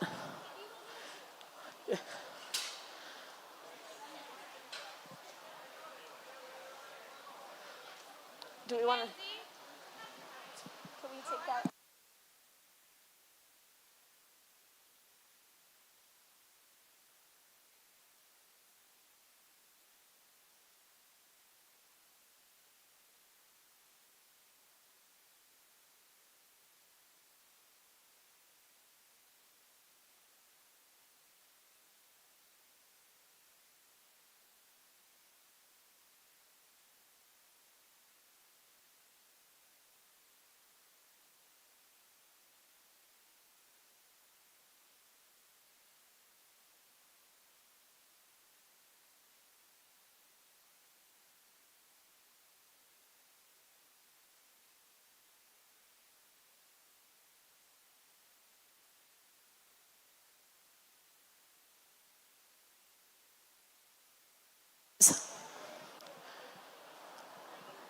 There are so many of you, we have to take the entire ring apart.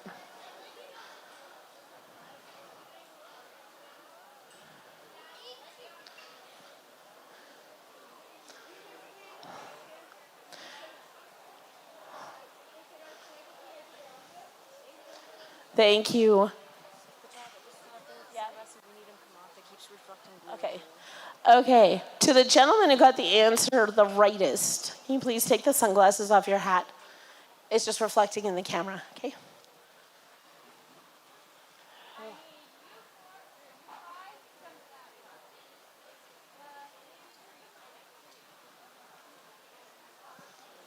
Quickly, we got lots of fun stuff, so let's ship shape.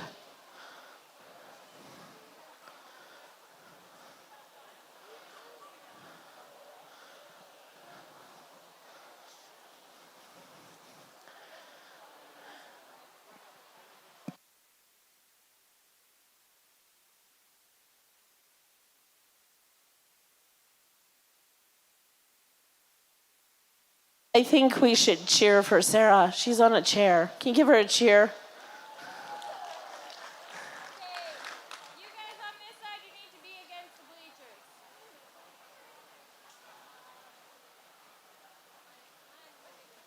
Okay. Everybody's gonna look at me. Tilt your hats up a little bit.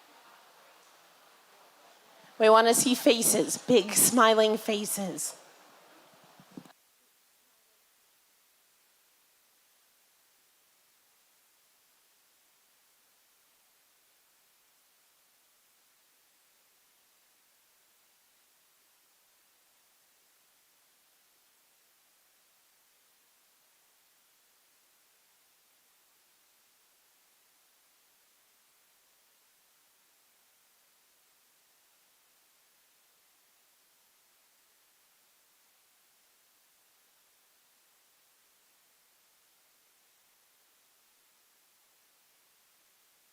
Don't go anywhere.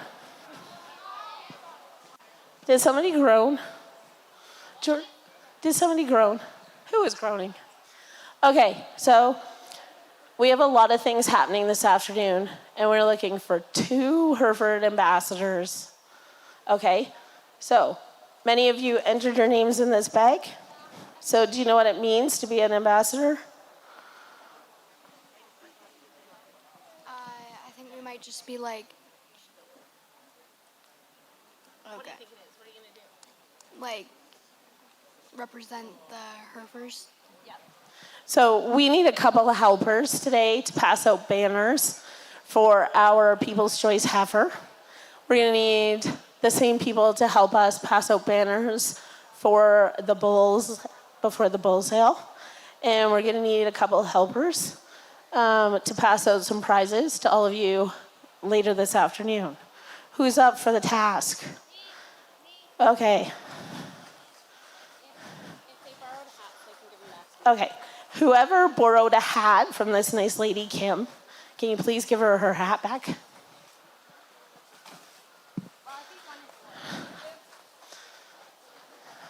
Okay. I see a very serious person. It looks like you got a big belt buckle. Did you win that belt buckle? Whoa. Canadian Junior Limousine Impact Pee-wee. Did you win that this year? No? You won it at the limousine show. So I have a question for you. If you win an F1 cross heifer today, are you going to breed her to a limousine bull? I don't. Probably. Probably. Well, that's exactly the point, isn't it? Okay, you're going to draw the first name for an ambassador.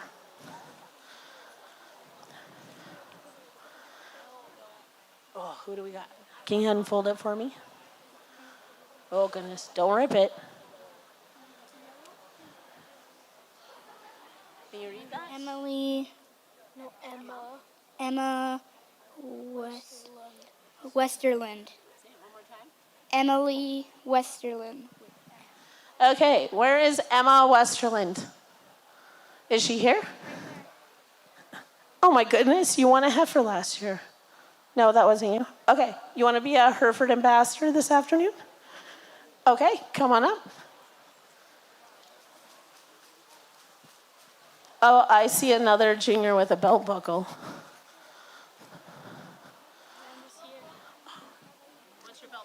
It's Grand Champion Hereford Influence Steer 2023. When? 2023. And what's your name? My name is Ellen. Do you think that you can pull a name? Sure.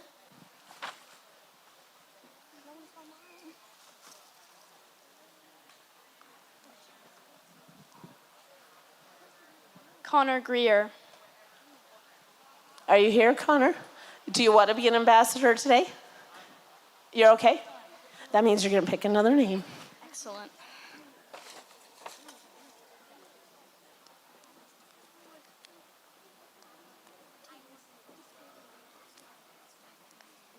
Tava Fenton. Would you like to be an ambassador today? You don't have to say yes. We'll pull another name. Okay. So, Ellen, if you win a heifer today, what are you breeding it to? Purebred Hereford. Good girl. Okay, I'm going to take our ambassadors. What are we doing with you guys next? I think that's it. Oh, let's get a picture of my ambassadors together. She still doesn't have a hat. Thank you. Okay. Let's get a picture of our 2 ambassadors, maybe in front of our Queen of Hearts sign. And then, do I have some people along the ring who will help us put the ring back together?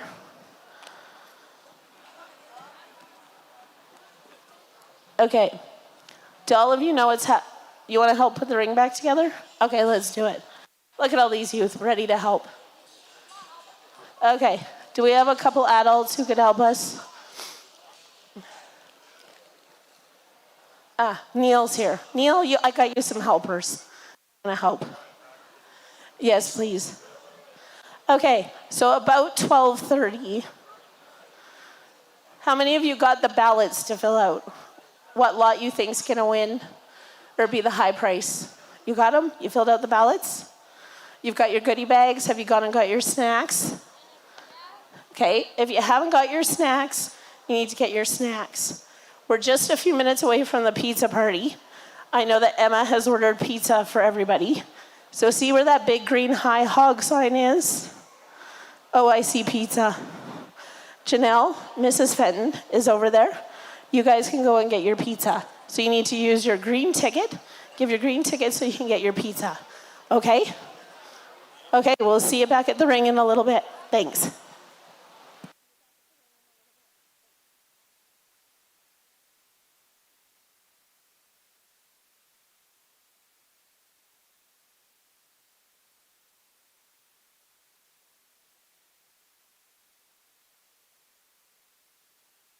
Where did my junior ambassadors go? Okay. Thank you, hon. Okay, where do my junior ambassadors go? Can you come up to the table?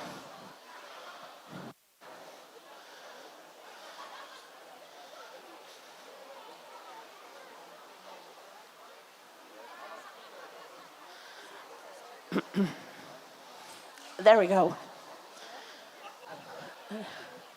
What time is the show for you?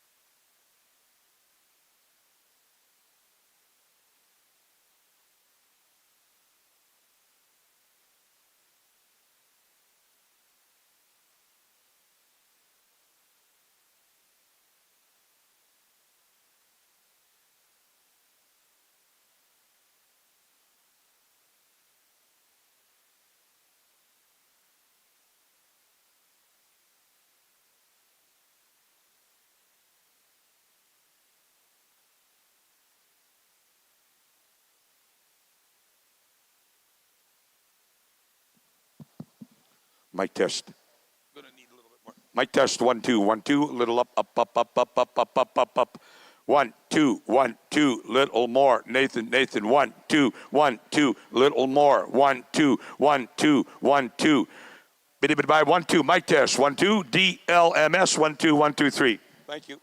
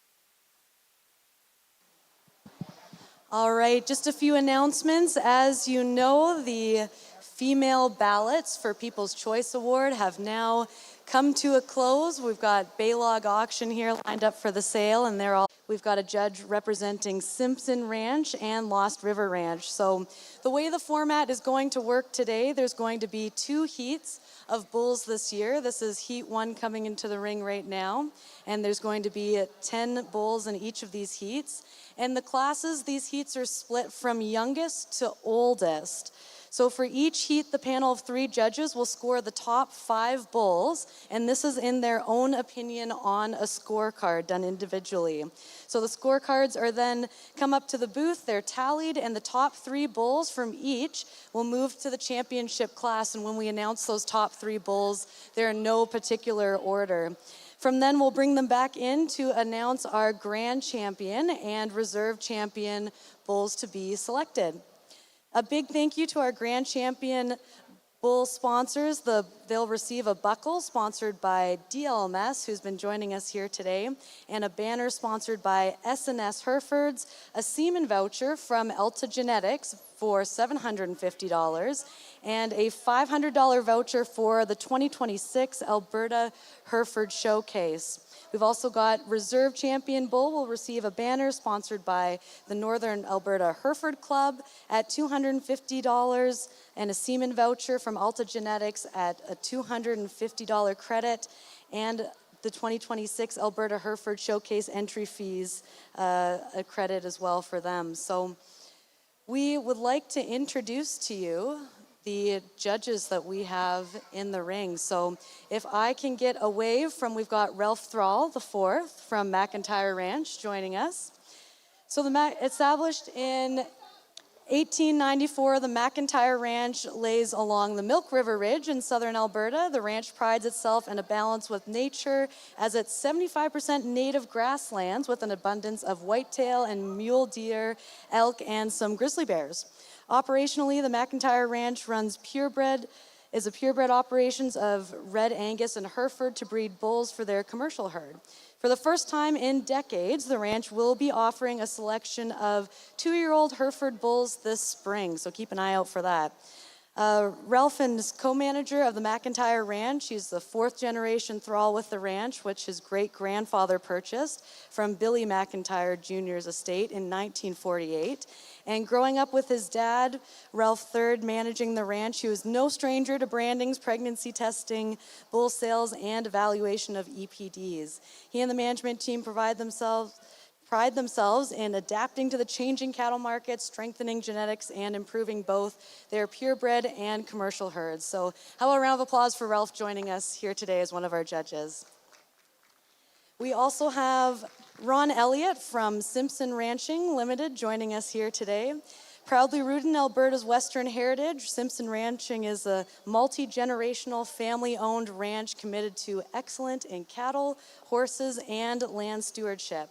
They're based in the rolling hills of Alberta, where the ranch balances traditional ranching values with modern management practices, raising quality Hereford-based cattle while preserving the integrity of land for future generations. Their family's philosophy is simple: respect the animals, care for the land, and honor the legacy. They're proud supporters of Alberta's agricultural roots, Western heritage, and the ranching community that makes this province so special. So we're very pleased to have Ron here today, and for the past 7 years, Ron has been the steady hand and trusted leader behind the daily operations at Simpson Ranching Limited. With an extensive background in cattle management, herd health, and pasture operations, Ron brings decades of experience in both commercial and feedlot operations. His deep understanding of the livestock behavior, grazing systems, and seasonal management ensures that the herd and the land are cared for with precision and respect. Ron's leadership extends beyond the corrals, where he plays a role in mentoring younger ranch hands, maintaining strong relationships with suppliers and vets, and ensuring that every part of the ranch runs efficiently and safely. His calm demeanor, practical knowledge, and tireless work ethic embody the best of Alberta's ranching traditions.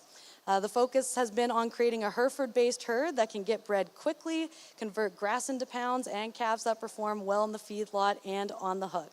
Under Ron's management, the ranch continues to strengthen its herd genetics, refines grazing practices, and enhance sustainability, helping ensure the Simpson Ranching remains a leader in Western Canadian ranching for years to come. So let's give a round of applause to Ron joining us here today.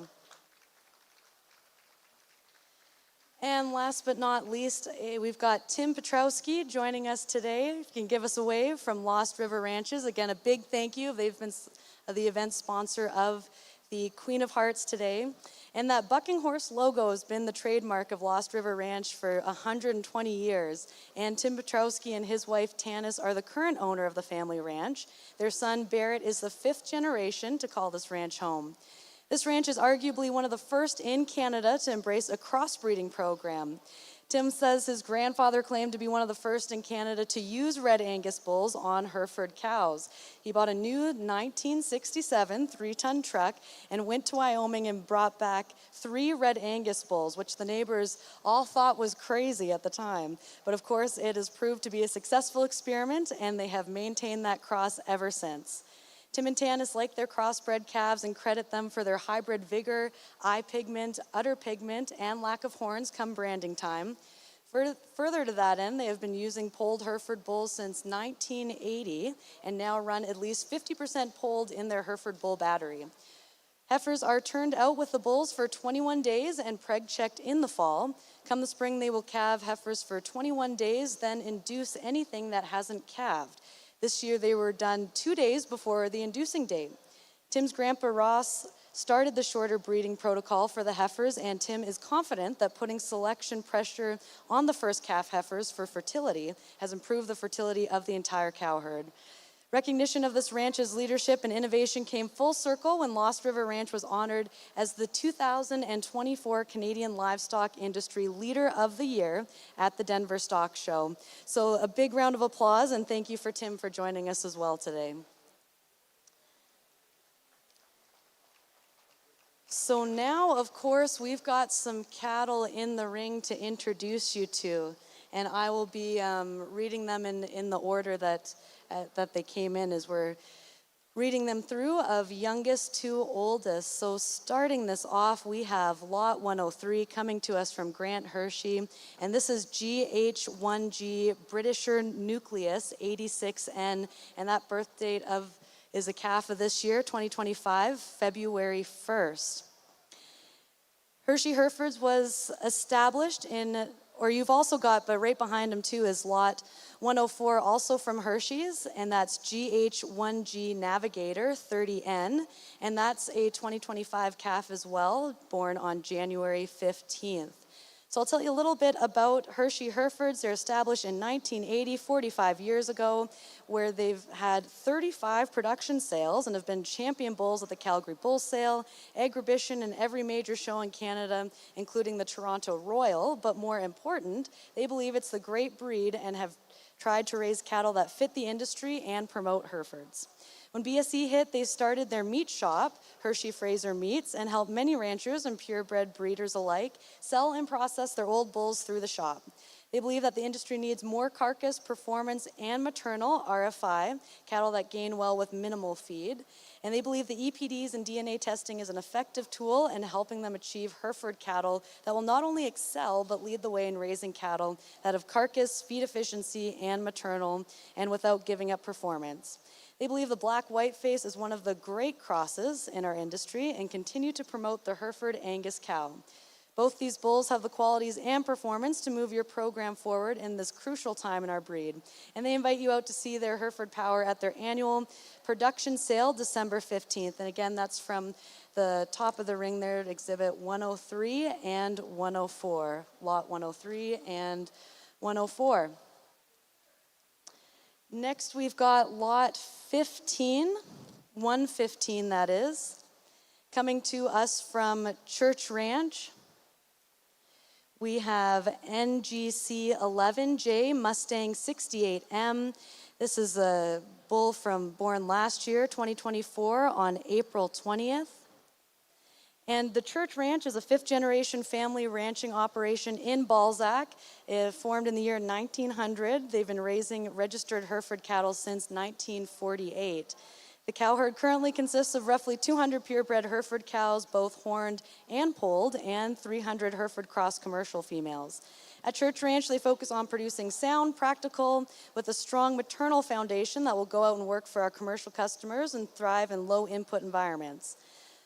Long yearling bulls are bred heifers are marketed at their annual bull sale the third Tuesday in February. So please be their guest Tuesday, February 17th in 2026 at Baylog Auction in Lethbridge. So a little bit about this lot they've brought today. It will be the first son of the 2023 Calgary Bull Sale Reserve Champion, Super Duty 11J, to sell.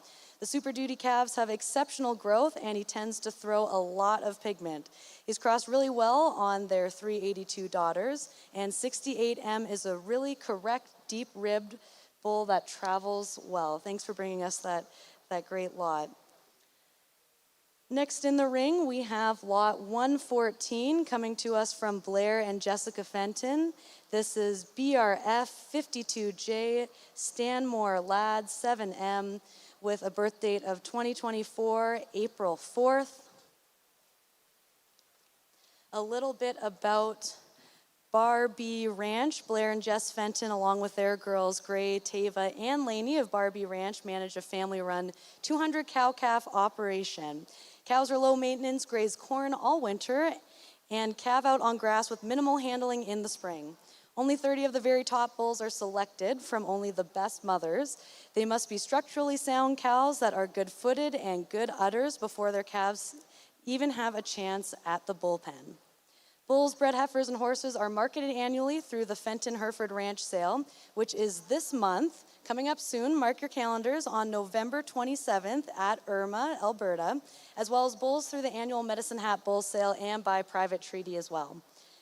A little bit about 7M, always one of the heaviest bulls in the pen. There's a ton of performance in this guy and proof that length weighs. On the maternal side, 153D is as strong as they come, a long-bodied, big volume cow that at 9 years old still has a really nice udder and feet. She puts calves at the top every year, having raised sons for Frolic Cattle Co. and Clinton and Darrell Brost. His paternal granddam is another one of their very top cows, 416E. A moderate cow that never misses. She raised their herd sire, 52J, as well as bulls for Sandstone Cattle Co. and Craig Ranching, one upcoming in the Medicine Hat Bull Sale in March, and another son in the bull calf pen as well. So the maternal strengths on the top and bottom of this bull are top notch. Next, we're moving into lot 113. Perhaps lot 113 can give us a wave so we see where we are in the line. And that's coming to us from Bill Airy, and this is WA100H, machine 107M, with the birth date of 2024, March 30th. So to tell you a little bit about this lot, Airy Hereford's Farms is located at Evesham, Saskatchewan. It's run by Bill and Wendy Airy, along with their daughters Shayna, Janae, and Kendall and their families. They currently calve out 200 cows and keep 30 replacement heifers yearly. They sell about 42-year-old bulls and 50 replacement heifers at the Premier Sale, Medicine Hat Bull Sale, and off the farm annually. They also harvest 4,500 acres of farmland each year. At Airy's Hereford, they strive to breed high-performance cattle that can work in anyone's herd. Cattle are developed naturally so that they can maintain longevity and are able to adapt to any environment. 107M, this lot, is a well-muscled bull with a ton of eye appeal and will make for an outstanding cross in any herd. Make sure you find them if you have any questions, and they're looking forward to seeing what this bull can do. We then come into lot 105, and this is coming to us from Clay Lang. We have CLH 37D Monty Red Lad 25M, a birth date of 2024, March 8th. So this 105 lot,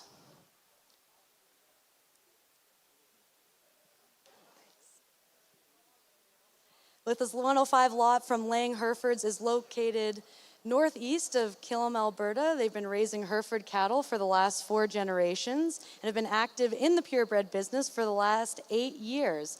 They have culled yearly on heifers, breds, and cows, and have only kept bulls that they believe can become herd sires in their herd and anyone else's herd, including their bulls here today.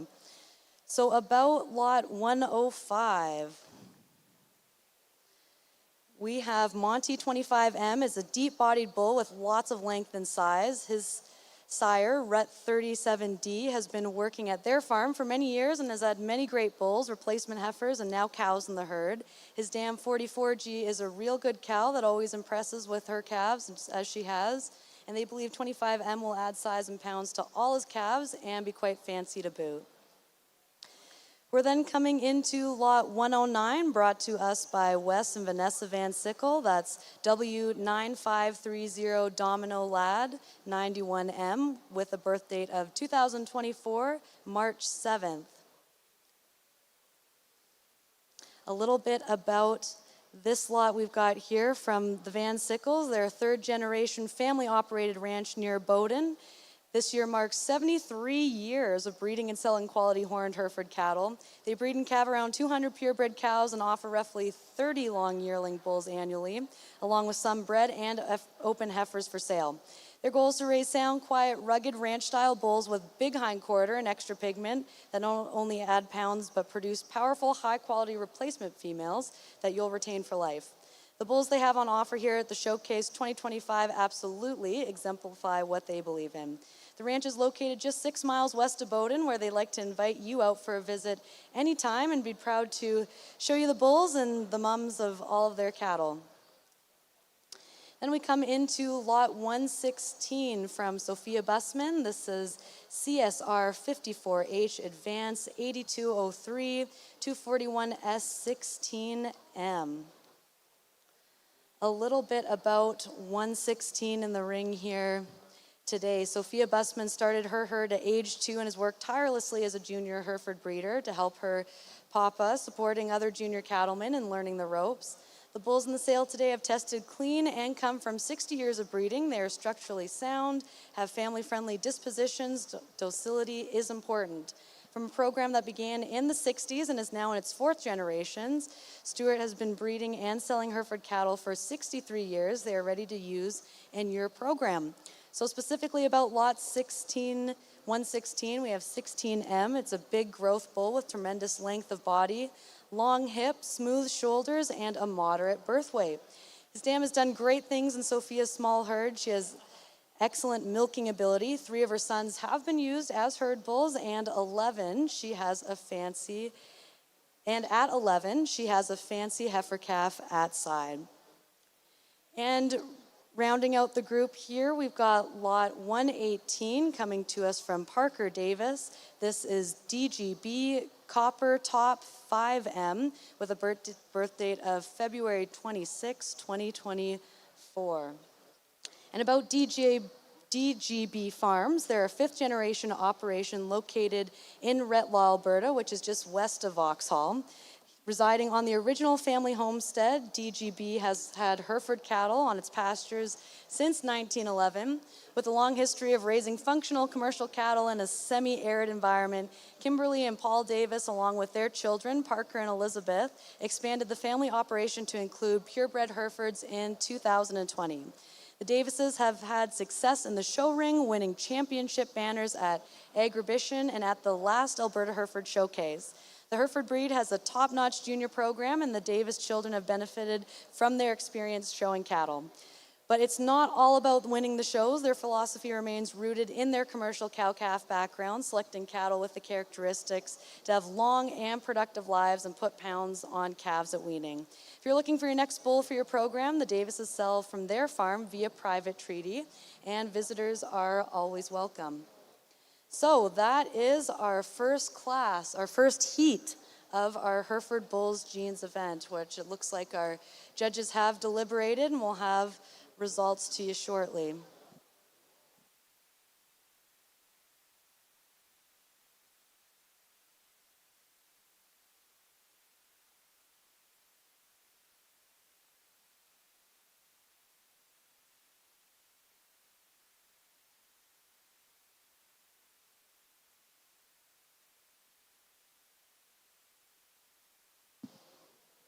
All right, we have the results from Heat 1 from our esteemed judging panel of commercial cattlemen.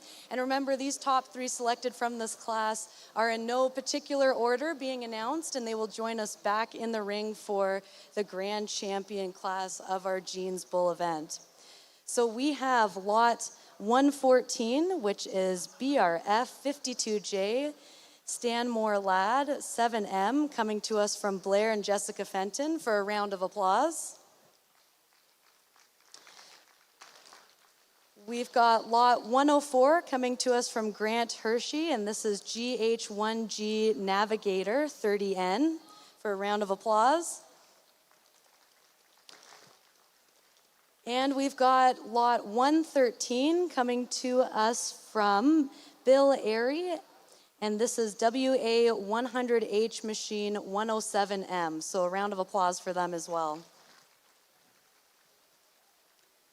And while you're all still finding to wake up, maybe everybody needs to go visit the bar. How about a round of applause for the tremendous genetics overall that are in the ring here today? An exceptional event. Thank you to all of our exhibitors.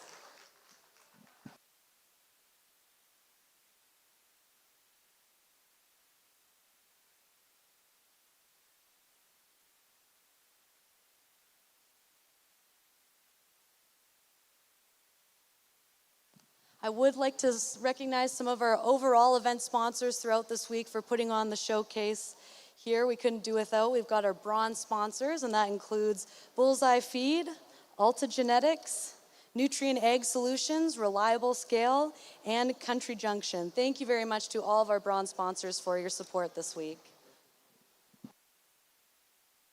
All right, we're ready and jumping into our Class 2. Remember, this is youngest to old. This is how they've been split. So lot 110 coming into the ring. We've got Wes and Vanessa Van Sickle with W219DK Big Sky Lad 54M. This is a birth date of February 25th, 2024. A little bit about this lot here. We've read you some information from the Van Sickle family in this last class, and we're excited to have them joining us back in the ring. Second coming in the ring here is lot 111, also from the Van Sickles. We have W2190K Big Sky 48M with a birth date of February 23rd of 2024. And this again is coming to us from Rafter W Ranch and from the Van Sickle family. We've got lot 112 from Merle Wyatt, and this is MW Dominant 50M with a birth date of February 18th of 2024. A little bit about Wyatt Farms is they are owned by Merle and Nelka Wyatt and family and established in 1974. Charolais and Hereford cattle and coarse grains are raised on the farm. The Wyatt family received the Alberta Farm and Ranch Century Award in 2008. Cattle are sold at the Calgary Bull Sale, Medicine Hat Bull Sale, and the Alberta Hereford Showcase Sale. Charolais bulls are sold by private treaty at the farm. Wyatt Farm showed the Grand Champion Bull at the showcase in 2022 and 2023. Also in the 2024, the Grand Champion and Reserve Grand Champion female, along with the Get of Sire and Breeders herd in 2023 and 2024. The Hereford Showcase has been very kind to them, and this year they've had the honor of Dam of Distinction in the Charolais Association. So about that lot, 50M is a big, strong son of their dominant 1404 herd sire. He's had excellent growth numbers, lots of pigment, goggle eyes, and muscles to spare. His mother is a big, strong cow with a great udder and excellent feet. So next we've got, in order here, is 117, lot 117, coming to us from Sophia Bussman, and this is CSR 16F Wayne 52M. From Circle S Ranch. And a little bit about this lot. 52M, this horned bull comes from a polled pedigree and shows exceptional thickness where it counts. He's an outcross horned bull that'll add performance to any program. His sire, CSR 222D Braxton 16F, now has producing females in the herd, and he was out breeding cows this spring. Steer calves from their bulls topped the Bow Slope sale October 20th. April calves averaged over $3,900 a head, raised from birth on short grass range. These easy calvers will work in any program for many years and will deliver top replacement females. Thank you, Sophia.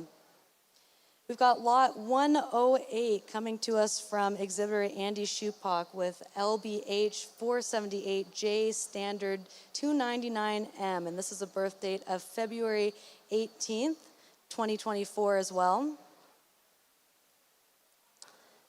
Tell you a little bit about this lot here as well. So we have Lilybrook Herefords, and they're located east of Clara's home in southern Alberta. The ranch is family owned and operated by Andy and Margaret Schupak with Ruth, Daniel, and Michelle, and Clint Unsworth. The ranch is home to 500 plus purebred Hereford cows, selling 100 bulls and 100 bred heifers every year by private treaty sale at the ranch, with a select group of bulls consigned to the Calgary and Medicine Hat bull sales. Lilybrook is keeping track of any measurable trait that make Herefords great, focusing on carcass data and on-farm feed efficiency testing, also retaining ownership on all steers to collect real-world carcass info. The ranch's goal never changed of raising and supplying North America's commercial and purebred cattlemen with genetics that work and perform in any environment.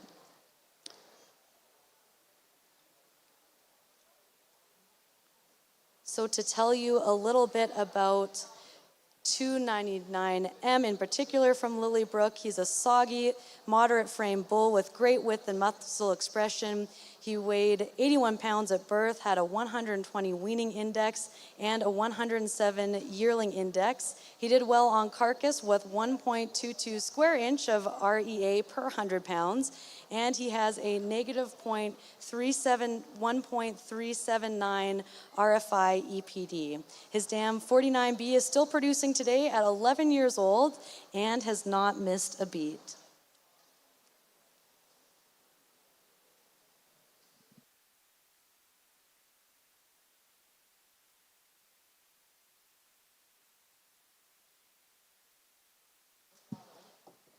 We've got lot 101 coming to us from Alan Fenton with FE 179J Ranch Standard 7M with a birth date of February 17th, 2024. And 101 lot comes from Fenton Hereford Ranch, and this bull is a sample of the 60 bulls to sell coming up here soon on November 27th, as mentioned, at the ranch near Irma, Alberta. Also on offer are 30 top registered bred heifers, 70 bred commercial heifers, including straight Hereford, semi-cross, and black baldies, 30 fancy quarter horse foals, and 3 well-broke saddle horses. This year will be the 61st annual production sale, and videos of all lots are available online at DLMS. We've also got lot 106 coming to us from exhibitor Clay Lang. 106 is CLH 59J Mac Royal Dawn 1M. This comes to us from Lang Herefords, and they're located northeast of Killam, Alberta, and they've been raising Hereford cattle for the last 4 generations and have been active in the purebred business for the last 8 years.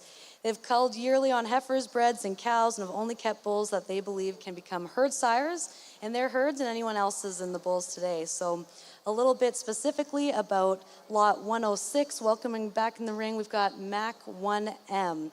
And they've been a standout since birth. He's a long, deep-bodied bull out of 59J that they bought from Cal Ramsey in a home raised near Perfect Uddered Cow, CLH 7K. Mac was in the open show last year here alongside his dam in the futurity. Overall, they believe he is the type of bull that anyone could add into their bull battery and be very happy with how easy to handle him and his calves will be.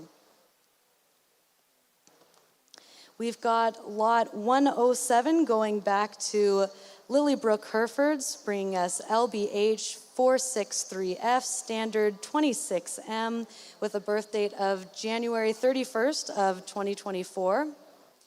26M is a bull they debated on retaining, but with 4 paternal brothers already walking, they decided to sell him. He's a bull with phenomenal length and performance with an 86-pound birth weight, a 119 weaning, and 109 yearling index, while also being strong in carcass quality with a 1.31 square inch of REA per 100 pounds. And to top it all off, he was their second highest in feed efficiency with a negative 0.7392 RFI EPD. And also a little bit about that is he's number 9 in the Canadian database for RFI. His mom's number 6, and the sire is number 13. So you can't breed any more feed efficiency into them than that. So don't miss this powerhouse 463 F son. Then we've got our last 2 in the ring here. We've got lots 119 and 120, both coming to us from Echo Rock with Kevin and Peggy Hershey. And with lot 119, they are Echo Rock Swagger 8M with a January 23rd, 2024 birth date. So Echo Rock Ranch is owned and operated by Kevin and Peggy Hershey, founded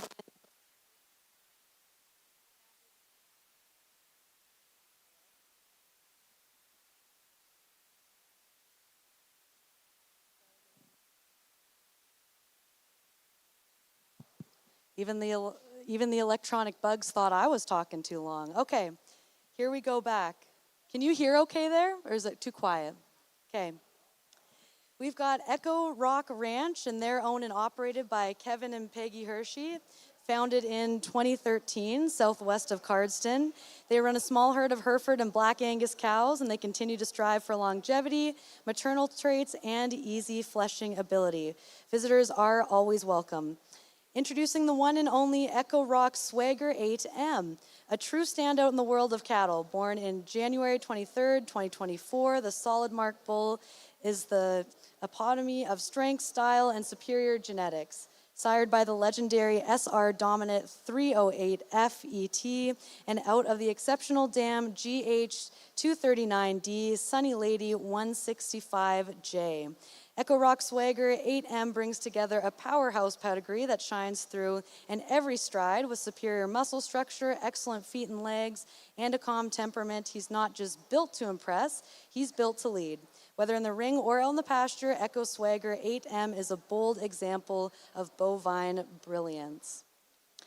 Next, we have lot 102 here to round off our class, coming to us again from Echo Rock with Echo Rock Commander 2M, and a powerhouse of pedigree and performance. Born on January 17th of 2024, the striking bull is the proud son of SR Dominant 308 FET and GH Eclipse Lady Britta 72J.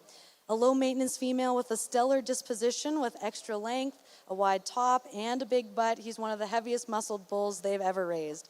Marked beautifully like his dam and backed by a lineage full of champions on both sides, Echo Rock Commander 2M is a standout dominant son you won't want to miss. So here is our heat number 2 with 10 bulls in the ring for our Jeans event.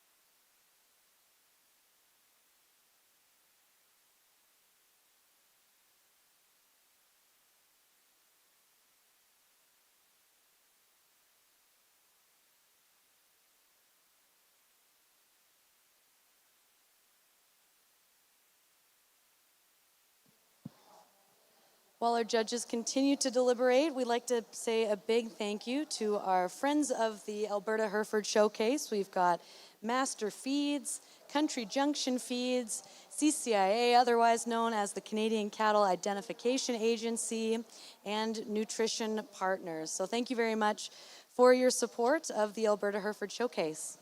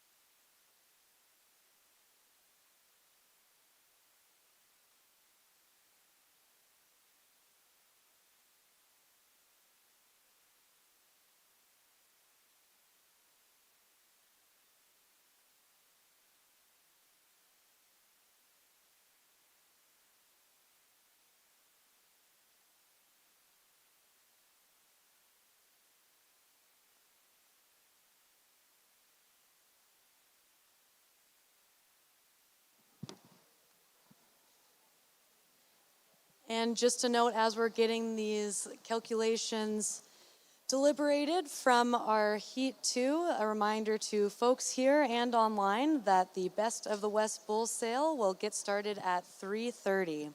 So coming up here soon.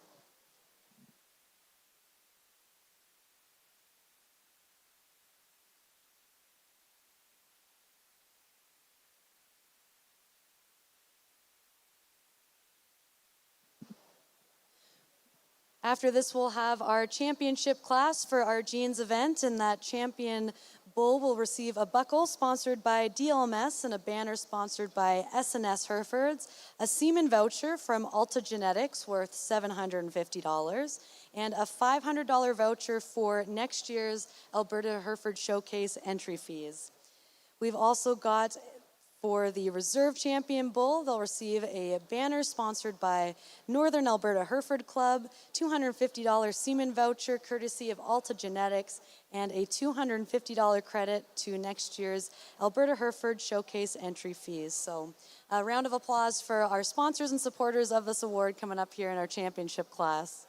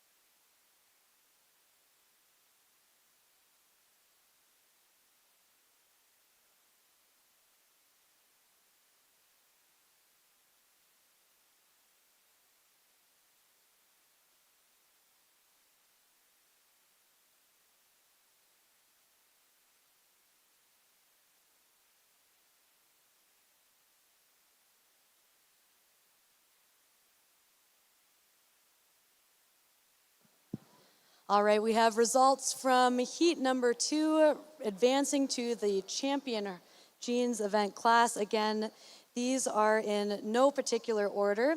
We have lot 119 coming to us from Peggy and Kevin Hershey. That is Echo Rock Swagger 8M. We've got lot 106 coming to us from Clay Lang with CLH 59J Mac Royal Dawn 1M. And we've got lot 110 from Wes and Vanessa Van Sickle, W2190K, Big Sky Lad 54M. So a round of applause for these top 3 of the class.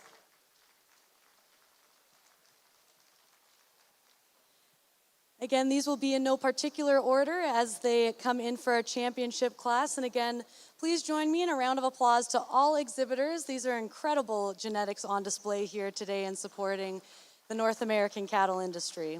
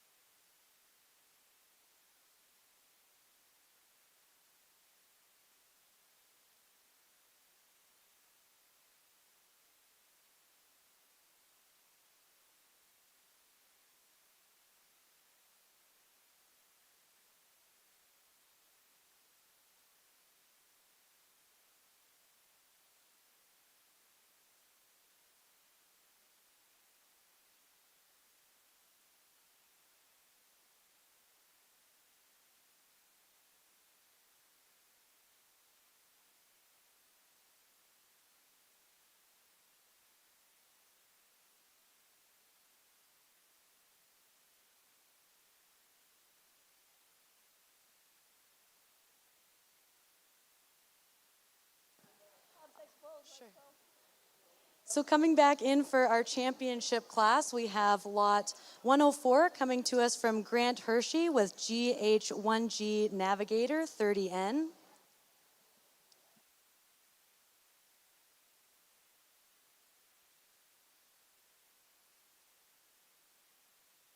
Next, we have lot 114 coming to us from Blair and Jessica Fenton with BRF 52J Stanmore Lad 7M, followed by lot 113 from Bill Airy with WA 100H Machine 107M.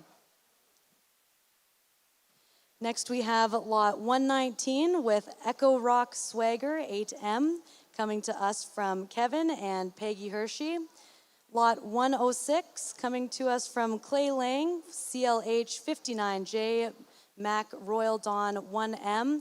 And lot 110 from Wes and Vanessa Van Sickle with W2190K Big Sky Lad 54M. And for those in the barns and looking for the big excitement, coming along to ringside as we're in our championship class of our Jeans Bulls event.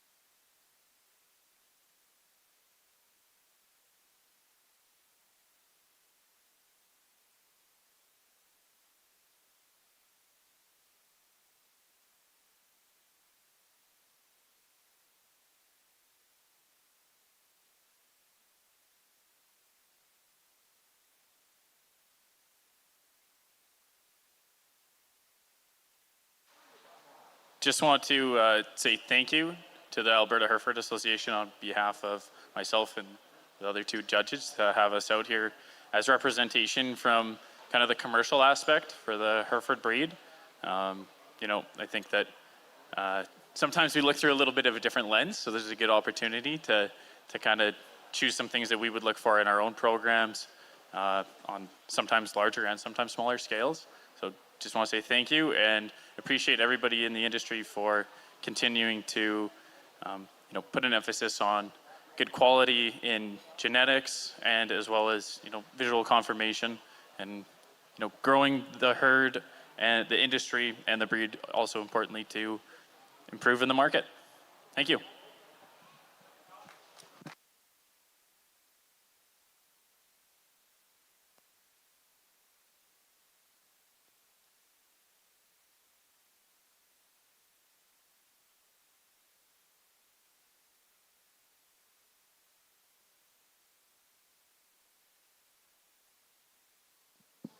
All right, thanks for your patience, ladies and gentlemen. We're just finishing our final tabulations here, and we'll have the results to you shortly.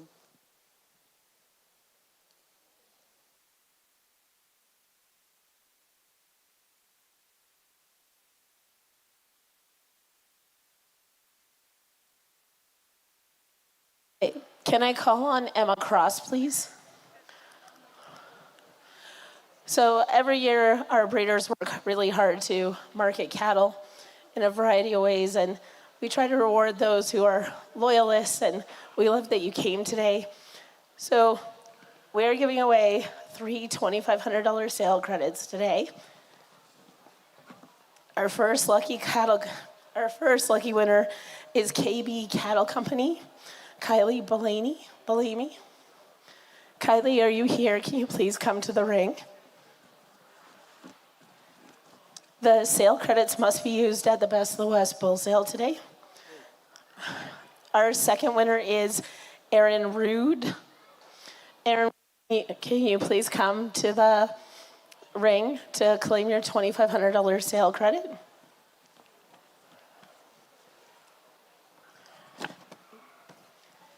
And our third lucky winner is Adam Dens.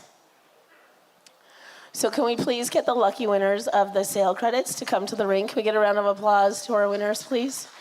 We have Adam Dens, we have Aaron Rude, and we have KB Cattle Company, Kylie Bellamy.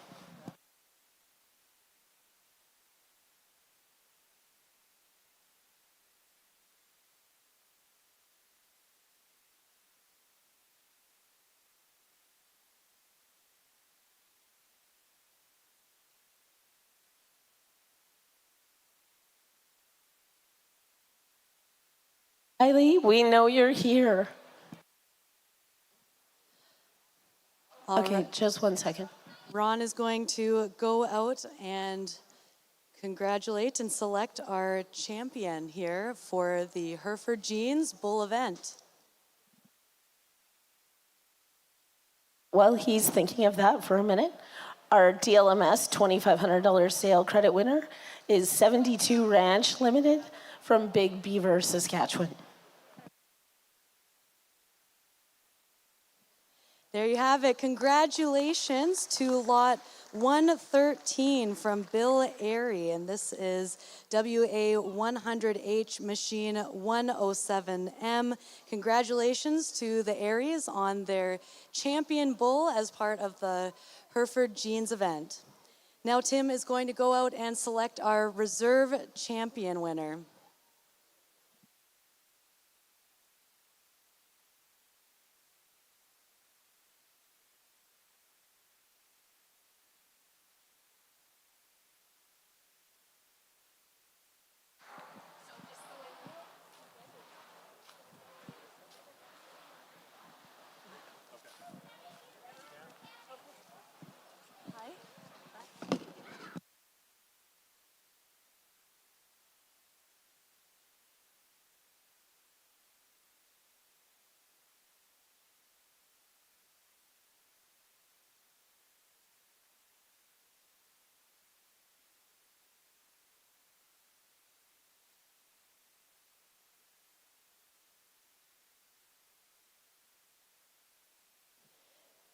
Congratulations to lot 114, brought to us by Blair and Jessica Fenton, who is our reserve champion bull with BRF 52J Stanmore Lad 7M.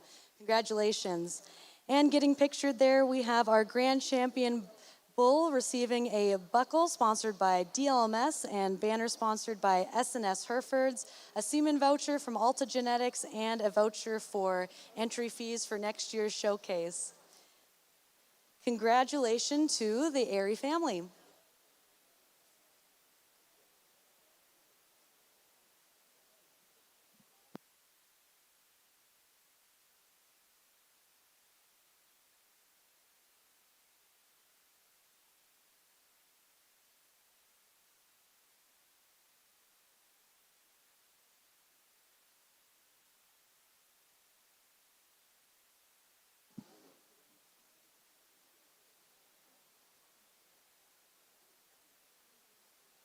All right, congratulations, and thank you very much to our Grand Champion Bull sponsors.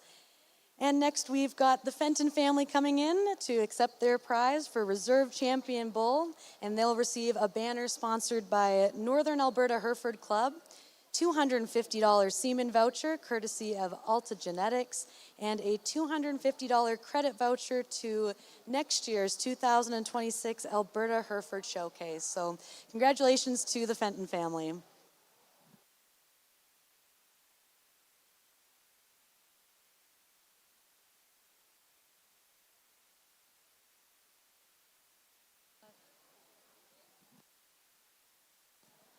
Right? All right, without further ado, we've got to stick to a tight schedule here at 3:30, our Best of the West bull sale, and don't go anywhere after that. We've also got what everyone's been waiting for all day, 4 o'clock, the Queen of Hearts Heifer Lottery, and lots of fun draws from the activities the kids were participating in this morning as well. So thank you everyone for joining us here this afternoon, and I'll pass it all over to Baylog Auctions.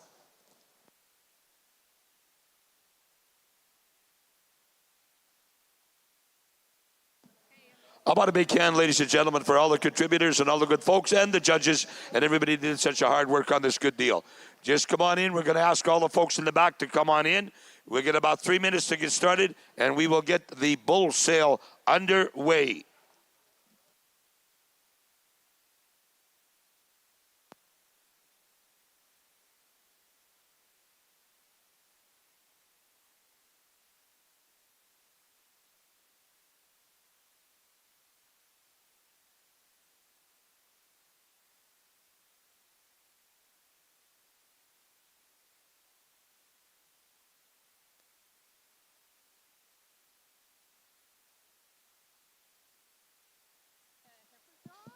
If you've misplaced your tags for your heifer draw, we have some up here. Association.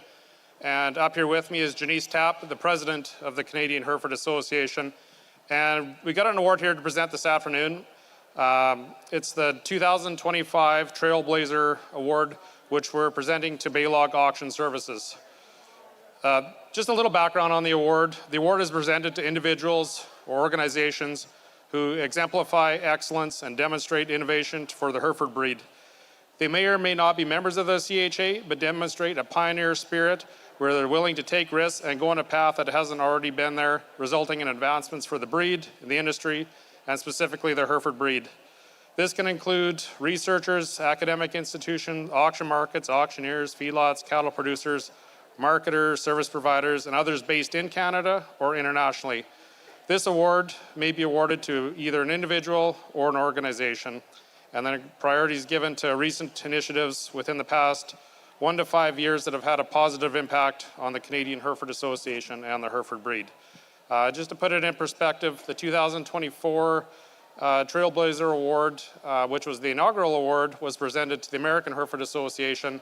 And we have Aaron here today, so if Aaron's in the crowd, he can give a wave for receiving that one. But it really sets the bar of where we want this award to be. So this year with Baylog Auction Services, and a little bit of background, it was started in 1980 by RC Bob Baylog, who we just heard up here auctioneering the sale. And it's now in its 4th generation, and I understand almost 5th of family who have been active in the company. Baylog Auction Service has been a proud supporter of the Canadian Hereford cattle and genetics across Canada and internationally for over 45 years. They host several purebred Hereford sales and British genetic-based feeder sales at the mart each year. The Baylog team produces auctioneers, manages, and markets countless private sales at the mart or at the breeder's ranch facility.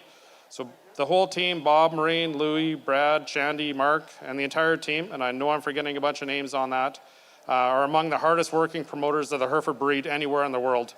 We're fortunate to have them as part of the Hereford team, and the Canadian Hereford Association is proud to present them with the 2025 Trailblazer Award.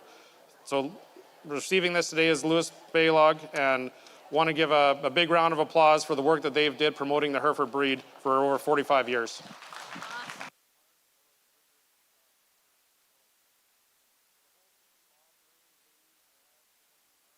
Two.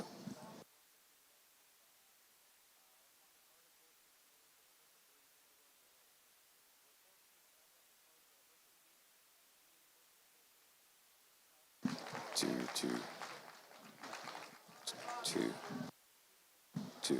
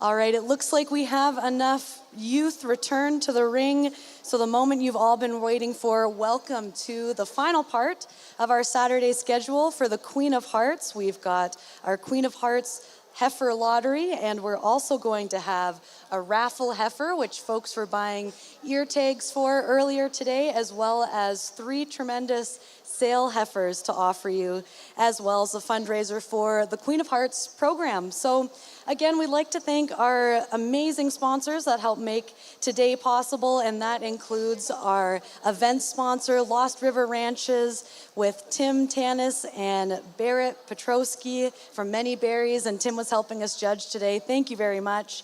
And we've also got Golden Oak Livestock to thank. And what's great about this is Golden Oak Livestock is they're going to support our 2025 Queen of Heart heifer winners with 2 doses of Churchill Amsterdam 274 ET semen for the 2026 breeding season. So an important note, registered winners, you will need to call Elta Genetics and speak with Dawn as the recipient of the semen. You're responsible for getting it from Elta Genetics, but other than that, you contact Dawn at beef@eltagenetics.com and she'll get back to you. So they'll pass along some of that info to our winners as well. And again, a big thank you as well to our good friends of the Queen of Hearts event, where we have Breton West Herefords, Dwayne Root, Randy's Butcher Block, and Jennifer Liberon. So without further ado, we're going to get into our lottery. So entering the ring in order, we have number 1, our heifer brought to us from Lock Farms. And again, for those who maybe this is a first-time experience, all of these heifers are donated by the farms, and we're grateful for their support. So next in the ring, we've got from Garrett Ranch. Again, this is heifer number 2 from Garrett Ranch entering the ring.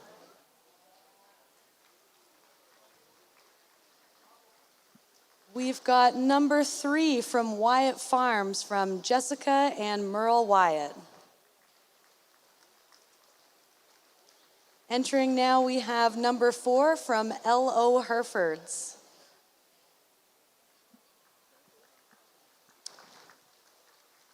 Then we've got number 6 from Lilybrook Herefords.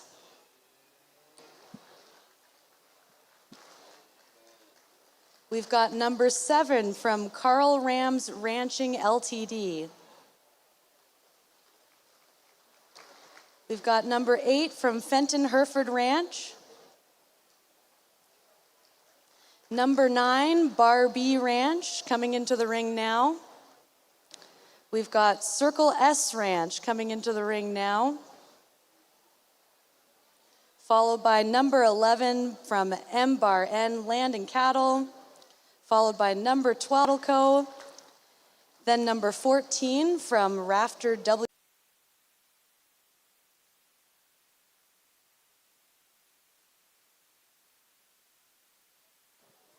So 18 entering the ring from Dallas Farm is also part of our heifer lottery here.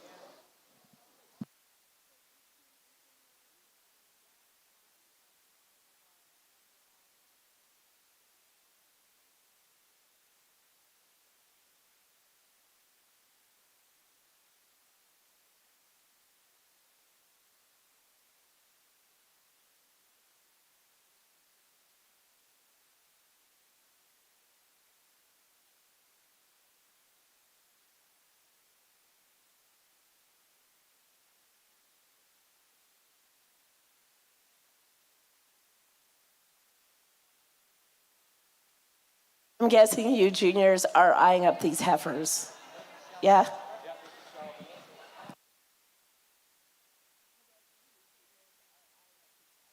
Okay, so this coming into the ring now is 17 from SS Cattle Company, and this is going to be your raffle heifer for anyone that entered the raffle draw at the registration for the smokin' heifer here. Thank you very much to SS Cattle Company.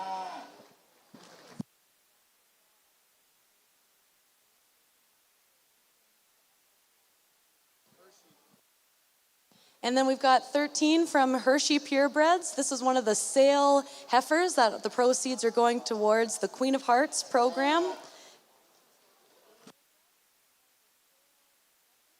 A Hereford Plus heifer.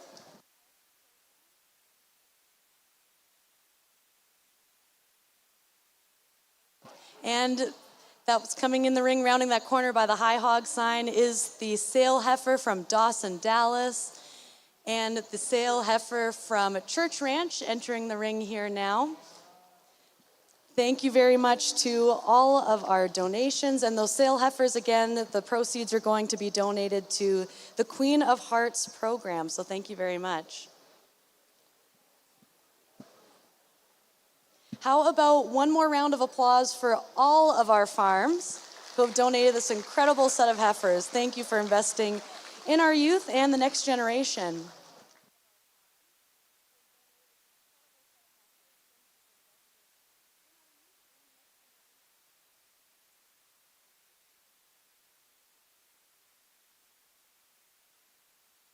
Welcome to the second annual Queen of Hearts. How many kids here today want to win a heifer?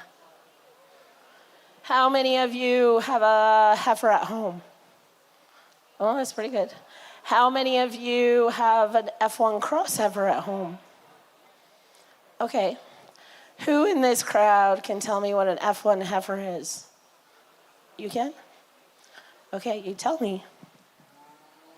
F1 heifer is any type of breed of cattle mixed with a Hereford.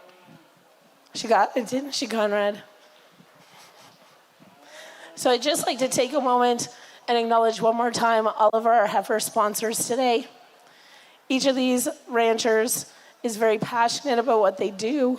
These heifers and cattle come from multi-generational operations, and they really believe in supporting the youth and the next generation. So they've come here today because they want to help you grow a herd and a breeding program. And we know that some of the best cattle in the feedlot, in the market, and some of the best cows come from Hereford Cross. So without further ado, I'm going to let Conrad say a few words. Well, I'd just like to thank everybody for coming out today. It's great to see such a turnout of all the youth, and it gives us excitement as breeders to be here. Again, I can't thank enough the ranches that donated all these heifers. It means a lot, and I don't want to keep you guys here. I know it's been a long day, but thanks for everyone for making this happen, and good luck with all the heifers and to the lucky winners.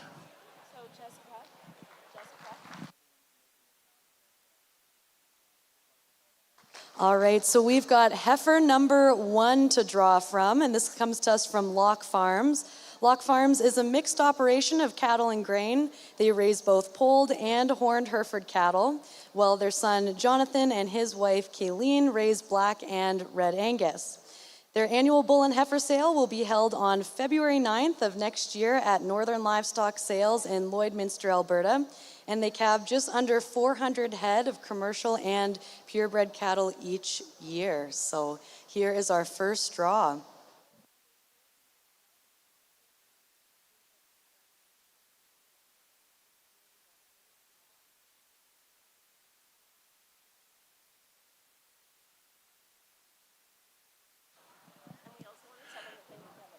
Could we have the Lock Farms heifers step ahead, please? Where's Stan and Susan Lock? Give the crowd a wave. Thank you guys so much. They're from Macklin, Saskatchewan. They've come a long way. We're so proud to have them in the breed. Our first lucky winner today is Autumn Baker.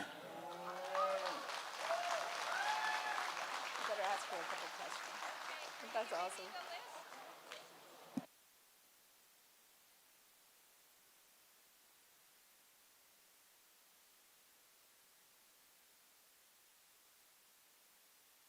And what's your name? Autumn?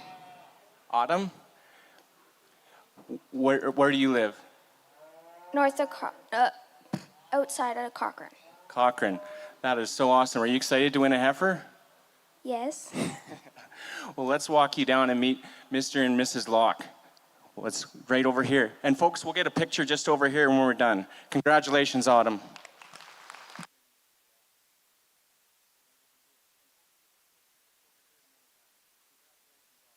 All right, we're going to number 2 here, brought to us from Garrett Ranch.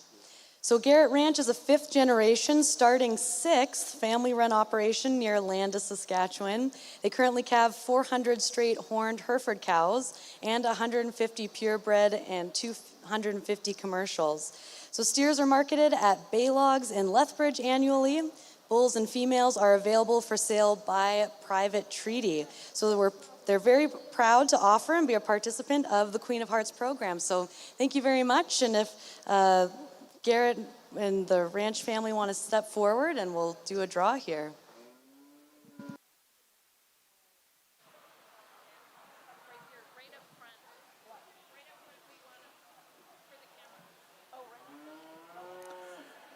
And our lucky winner, Jackson Evans.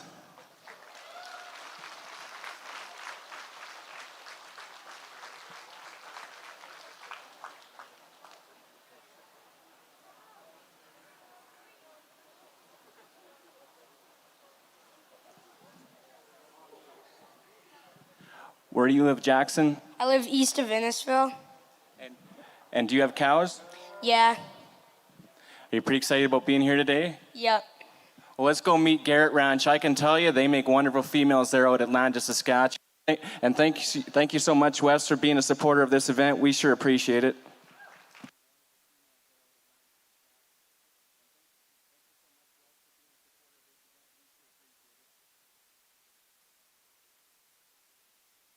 Who in this crowd right now has a Hereford Cross heifer at home?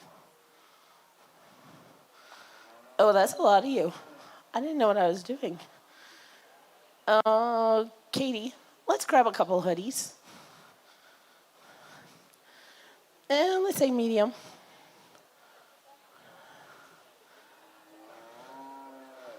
Perfect. Okay. On the count of 3, you're going to toss those hoodies. 1, maybe you should turn your back to the crowd.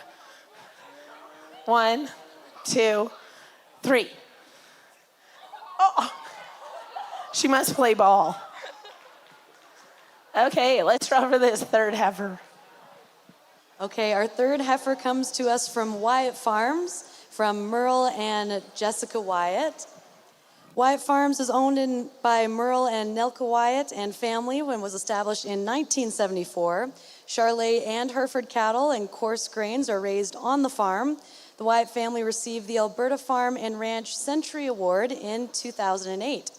Cattle are sold at the Calgary Bull Sale, Medicine Hat Bull Sale, and the Hereford Showcase Sale. Charolais bulls are sold by private treaty at the farm as well.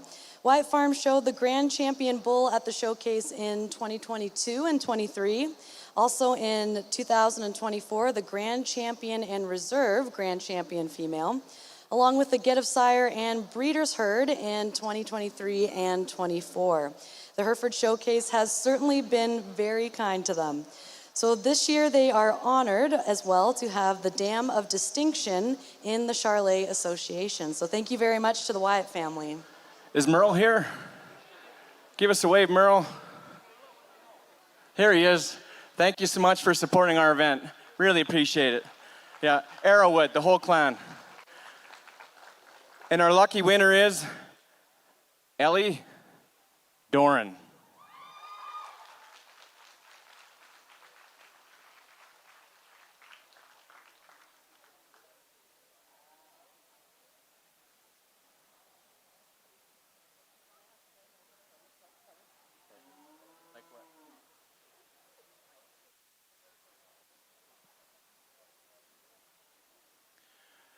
How are you, young lady? I'm very good. How are you? Where do you live? East of Olds. Can you tell me what your belt buckle? Did you win that? Yeah, I won it at Summer Synergy for multi-judging. Cool. We're so happy to have you here today. Let's introduce you to the Wyatt family. That is a beautiful heifer.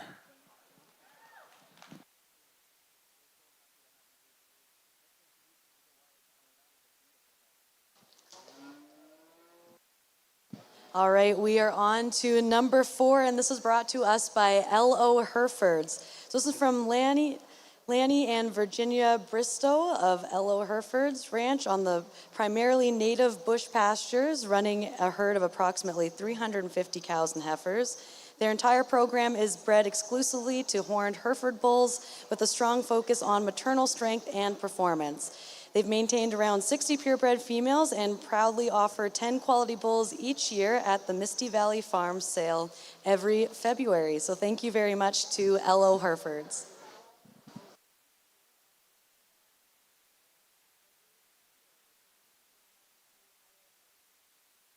So we had a lot of enthusiastic participants this morning, and some of you did a scavenger hunt. So those kids who finalized the scavenger hunt, answered all the questions, we're going to draw for a prize. Sorry, Keelan. Jeez, that was kind of cruel. Got it? Oh, okay. Let's see who it is.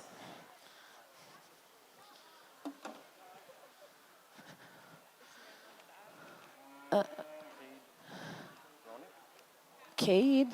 Do we have a Cade Ronak here? Is that you? Oh, buddy. You want to pass it to him, Caitlin? Let him come in the ring. So, just a little candy and a chore bucket. Hold on, get a picture. In the middle of the sign. You too. Okay, number 5. We're not. Oh, number 6. We're on to 6. It's Lenny Bristow's heifer. Yeah, it doesn't matter. Okay, yeah. No. What? 5 is a sale heifer. That's fine. Just whoever's next in order. Yeah. It doesn't matter. Where's Lanny here today? Thank you. I'd just like to thank Lanny, and Lanny's a part of the Misty Valley sale, and it's their 50th year, and I see Morris Soden over here and all the crew, and we're so proud to have Lanny and guys like that in our breed. We can't thank you enough, Lanny. The lucky winner is Aiden Baker.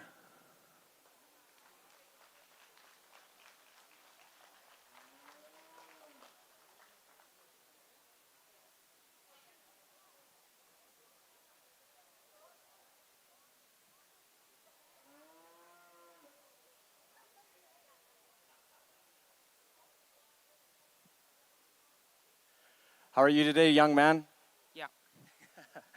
And where do you live? Just northwest of Cochrane. Northwest of Cochrane. I think our mic might be down. Let me introduce you to Lanny Bristow, pickup man for 35 years in the PRCA. You won't meet a nicer guy, and this heifer is going to make one fantastic female. Thank you guys so much. LO Hereford's Alberta Purebred Breeder of the Year.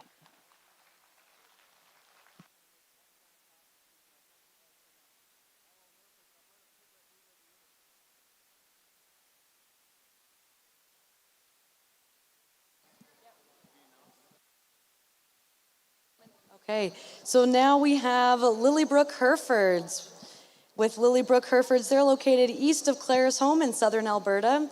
Lilybrook runs around 500 purebred Hereford cows, selling approximately 100 bred heifers and 100 bulls each year, mostly by private treaty and a select group at the Hereford Showcase, Calgary, and Medicine Hat bull sales. So thank you very much for sponsoring this fancy heifer. So Daniel's on the halter here is Andy and Ruth and Michelle and the whole crew here. Give yourself a wave. Lilybrook, we can't thank you guys enough. And of course, their ranch is at Claresholm. Lucky winner, Max Burris.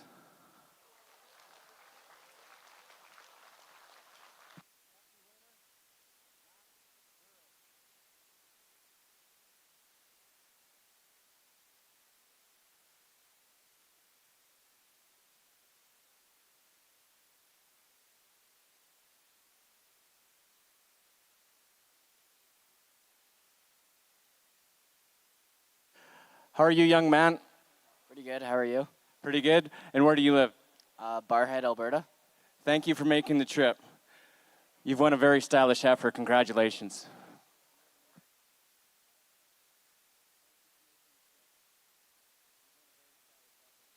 Earlier today, we asked some of you, or as many of you as possible, to please guess which would be the high-selling heifer in the sale. So I actually think this young man won a heifer last year, Barrett Petrowski. Well, am I right? Is it you who won a heifer last year? Yeah, so I think we need a big round of applause because Lost River Ranch is also one of our event sponsors today. Come on in, Barrett. Okay, we're going to move on to our next heifer lottery. Comes to us from Carl Rams Ranching. So Cal and Marilyn Ramsey, along with their son and family, will host their 17th annual bull sale at the yard on February 12th of next year. So mark your calendars. Offering 50 long yearling horned Hereford bulls. This is the 77th year of raising Herefords under the Carl Rams prefix. So they're very pleased to be part of the Queen of Hearts Youth Herd Builder event and helping grow the youth of tomorrow. Thank you very much. Okay. I'll make you pick that one.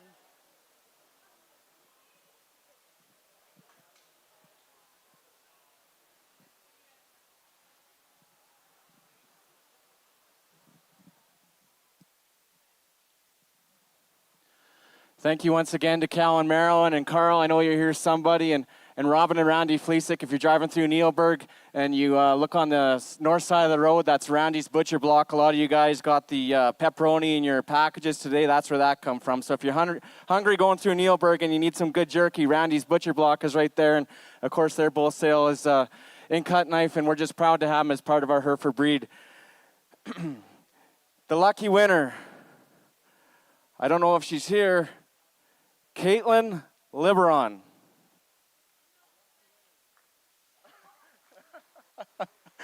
I think I know this one. Congratulations, Caitlin. Irma, Alberta. Let's go meet the Ramsey family.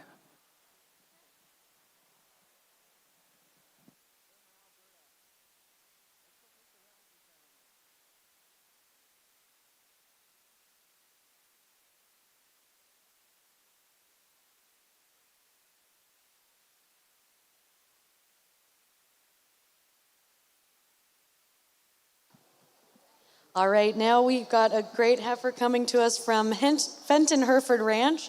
Fenton Hereford Ranch originated in 1946. So Thursday, November 27th, coming up very soon, marks their 61st annual production sale. All bulls, females, foals, and saddle horses will sell. Fenton Hereford Ranch is proud to be a sponsor of the Queen of Hearts youth event. So thank you very much.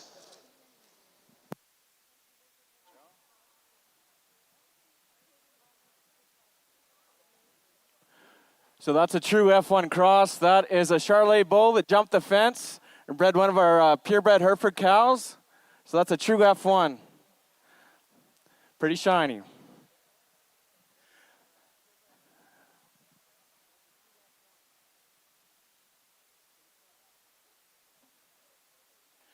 And the winner is Jaden McQuaid. Come on down. This is like the Price is Right.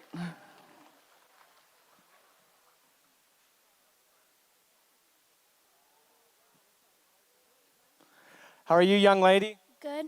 And where do you live? In between Olds and Sundry. Oh, that's awesome. We're so happy you come here today. Congratulations. Thank you. Let's go meet Pryor. He's holding this buckskin heifer over here.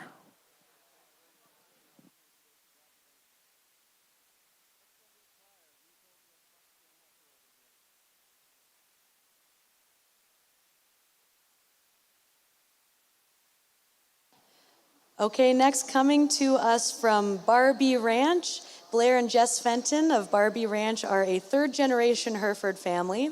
Their girls Gray, Tava, and Lainey are actively involved in running their 200 cow-calf operations. They sell bulls, bred heifers, and ranch horses annually in the Fenton Hereford Ranch sale coming up. Again, that's November 27th for any of those that missed it, as well as in the Medicine Hat bull sale in March.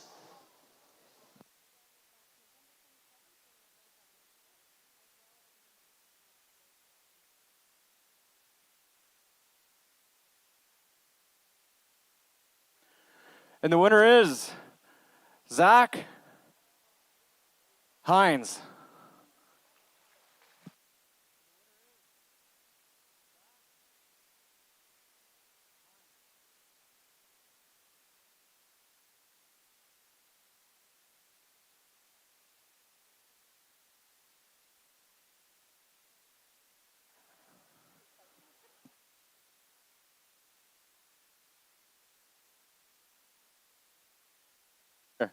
Zach, nice to meet you, young man. How are you today? Very good. And where are you from? Just outside of Lethbridge. Just outside of Lethbridge. Well, you make quite the trip. Thank you so much for coming here today. I'll introduce you to my niece, Gray, and my brother, Blair, and that's the Barbie Ranch. Congratulations, young man.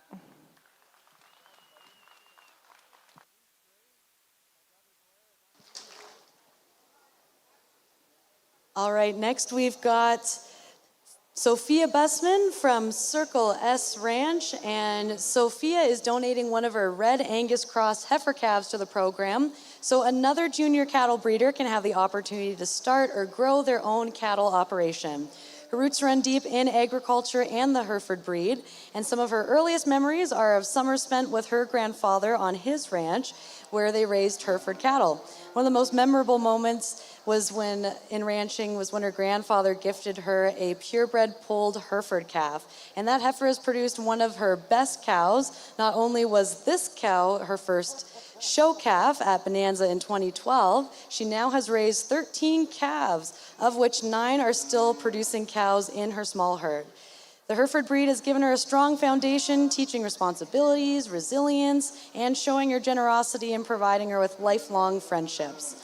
So her grandfather's first gift to the herd she's built today, every step has strengthened her love and commitment to the Hereford breed, agriculture, and helping others in the community. So she's here today paying it forward to another junior breeder, just like her grandfather did for her, which is a pretty neat story. Thanks, Sophia. Thank you, Sophia. Like Jessica said earlier, she's paying it forward, and we're so proud of all the work you do for the breed. Thank you very much. And the lucky winner is Alana Hunter.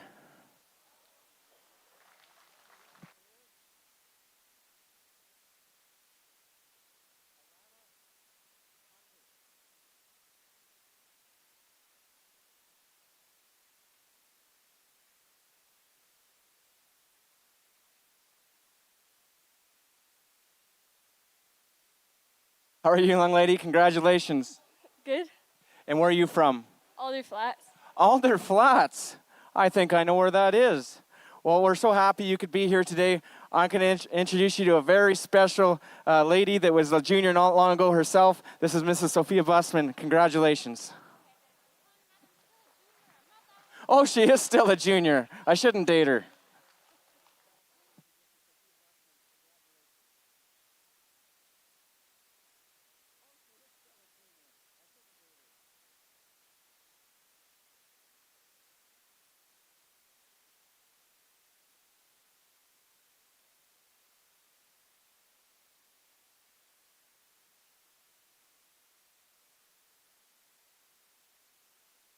We have a few more prizes to give away today. We just also want all of these great juniors winning heifers today. If they want to show these calves tomorrow in the junior show, please come see us at the show office. They are halter broke and ready to go in the ring. Tomorrow is going to be a super great junior show. We want to make sure we include absolutely anybody and everybody who is interested. So we like to have fun with kids, and where did Ellen go? No. Is Ellen Jones here? So Ellen Jones is the only one out of all of you who noticed on the cow picture it had an extra ear. So Ellen, congratulations. You are winning a treat. Yeah, we'll give her this one. Okay, now you can roll. All right, congrats, Ellen. So the next heifer in the lottery comes to us from M-Bar-N Land and Cattle, and they are a family-owned and operated mixed grain and cow-calf operation, raising purebred Hereford and Red Angus alongside their commercial cows. In the fall and early winter, they utilize crop residue for grazing once the cows come off pasture, with a strong focus on herd conception and longevity. Bulls for sale are on the farm, so thank you very much. I'd just like to thank Austin and Marv Jr. Of course, they're on that Yankee Valley Road there east of Airdrie, and if you look at that heifer, she's just fantastic. I can't thank you enough, Austin, for what you've done for us in the program. Again, thank you so much. And the lucky winner is Brennan Ostermeyer.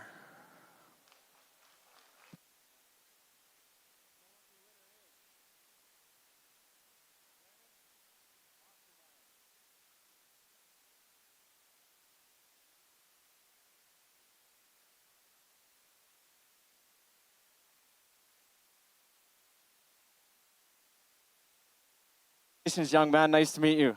And where are you from? Just outside of Crossfield. Just outside of Crossfield.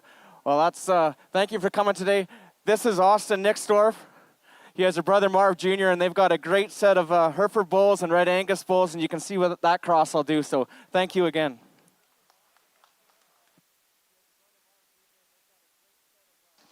So next we've got MJT Cattle Co., and they're a family-owned operation ran by 3 generations of the Trefiac family. They're based out of Edgerton, Alberta, and they pride themselves on staying true to the fundamentals, structure, easy keeping, fertile, high-performing cattle since its incorporation. Currently, the Trefiacs run 400 pairs of Hereford, Angus, and Charolais cattle with a bull sale the second Saturday of every February. Select females on offer through the fall and frozen genetics available upon request. So they believe strongly in the use of cattle and agriculture as the premier method of shaping tomorrow's leaders and are very excited to once again offer one of their best for the Queen of Hearts program.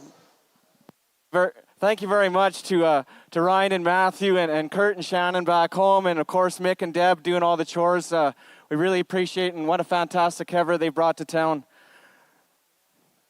The lucky winner is Sarah Scott.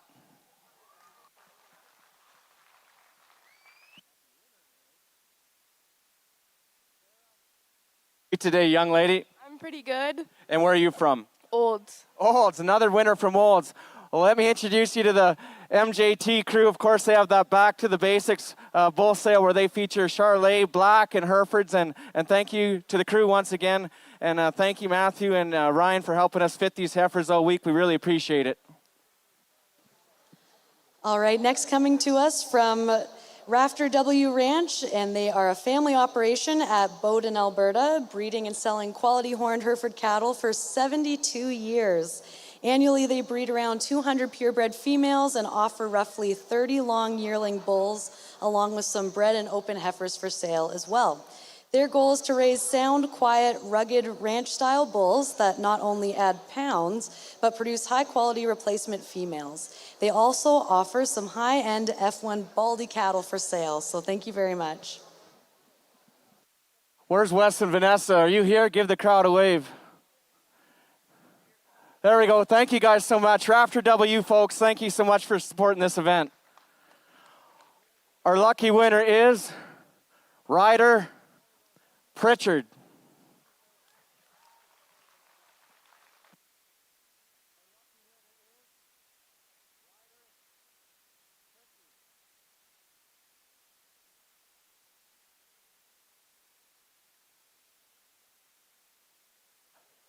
And how are you, young man? Good.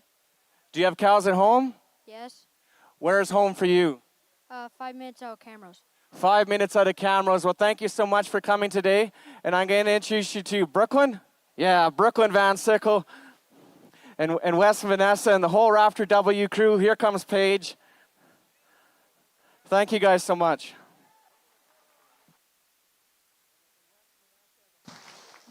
Great, well they are getting their photo. We're gonna go ahead with another ranch profile, and next here we have Hills Galore Stock Farms. So they are located out by Haslett, Saskatchewan, and they've been breeding registered Herefords since 1960.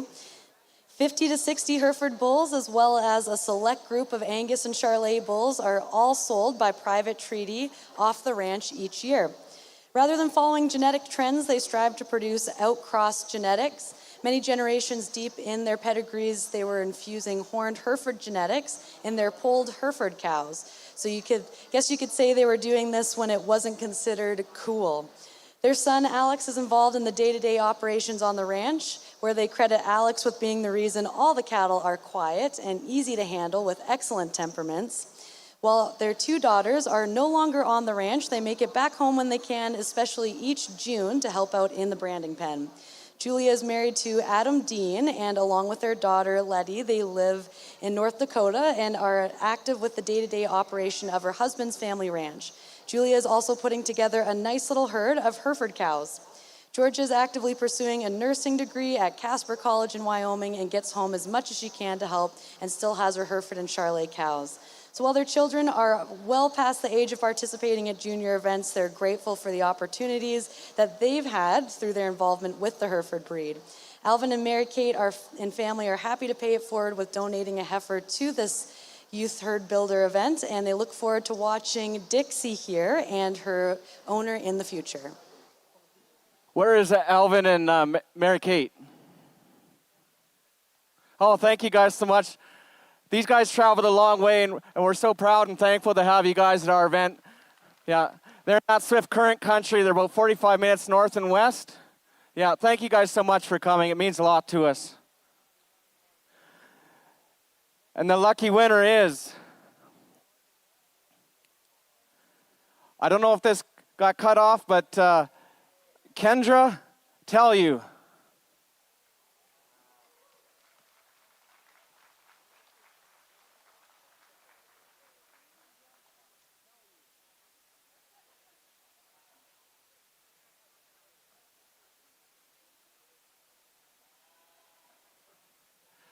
Congratulations, young lady.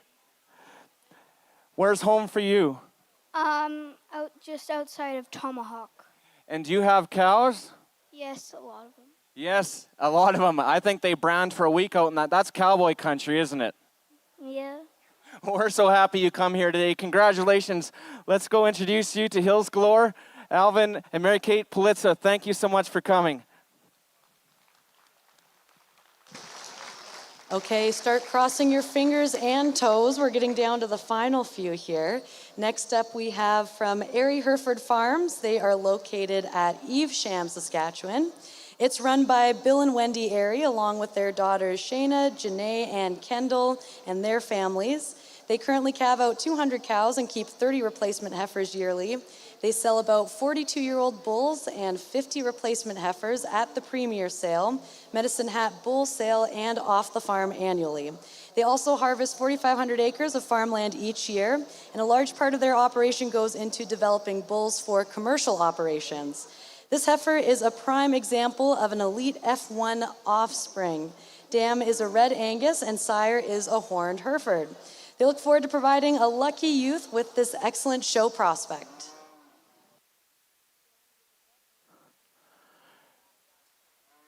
Thank you, Bill and Wendy and the whole crew. We're so proud of you guys. Of course, they're from Evesham, Saskatchewan. They've come a long way, and don't forget their bull sale on that Hereford Week in Saskatchewan there in February. And our lucky winner is Spencer Wyatt.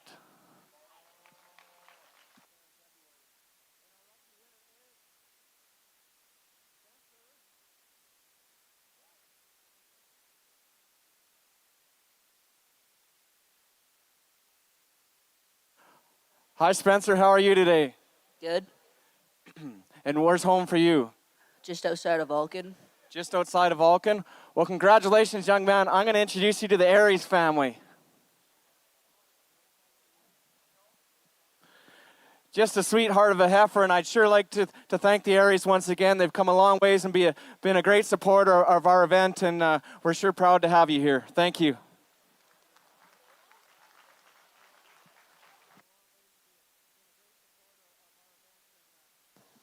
Okay, last but not least, their final chance at the draw here before we get into our raffle and sales heifers. We've got Dallas Farms, and a big thank you to Brad, Kathy, Carlene, Dallas, and Nathan for bringing us this terrific heifer. They're very proud to be part of the program for youth and a great supporter of the juniors over the years. They're producing top seed stock for over 50 years of both horned and polled Herefords. They sell bulls over the years at Calgary Bull Sale, Transcon Sale, Innisfail, and by private treaty. Also very kind from Dallas Farms. If anyone wants, they'll supply semen to heifers if you so desire. So thank you very much. So folks, this is Dallas Farms, and if you're traveling down Highway 2 heading south to Calgary on the east side of the road, all those good-looking Hereford cows, That's Mr. Dallas right there. And I'd just like to thank him and his wife, Kathy, and son, Dawson, and daughter, Carlene. This is the 4th heifer they've donated in 2 years. And I just couldn't be more thankful, Brad. We sure appreciate everything you've done for the breed.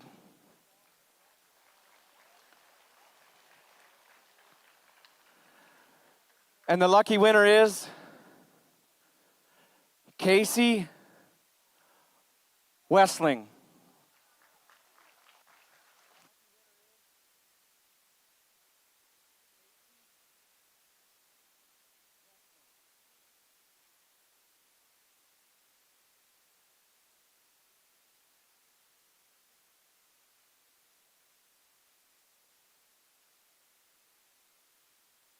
How are you today, young lady? Good, you? I'm good, thanks. And where's home for you? Marathorpe, Alberta. Marathorpe, Alberta. You've come a long ways here today. Are you in 4-H? Yes. And yeah, I bet you have a bunch of cows there. Yes. Well, thank you so much for coming. I'm going to introduce you to Mr. Dallas. This is a fantastic heifer. We halter broke her in about, 3 days, and she stood like that from day one, and that's what we look for is this disposition, and Brad's cattle have it all day. About 5 days, we halter broke 4 of them, and they never took a bad step. So that goes to show you the docility and the quality of that heifer there. And thank you so much to Dallas Farms. Congratulations.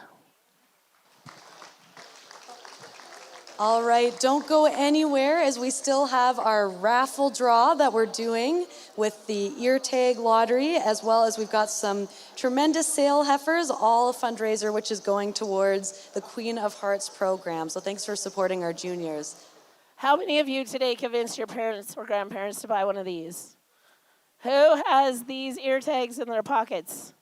So technically, there's still one chance you could win a heifer.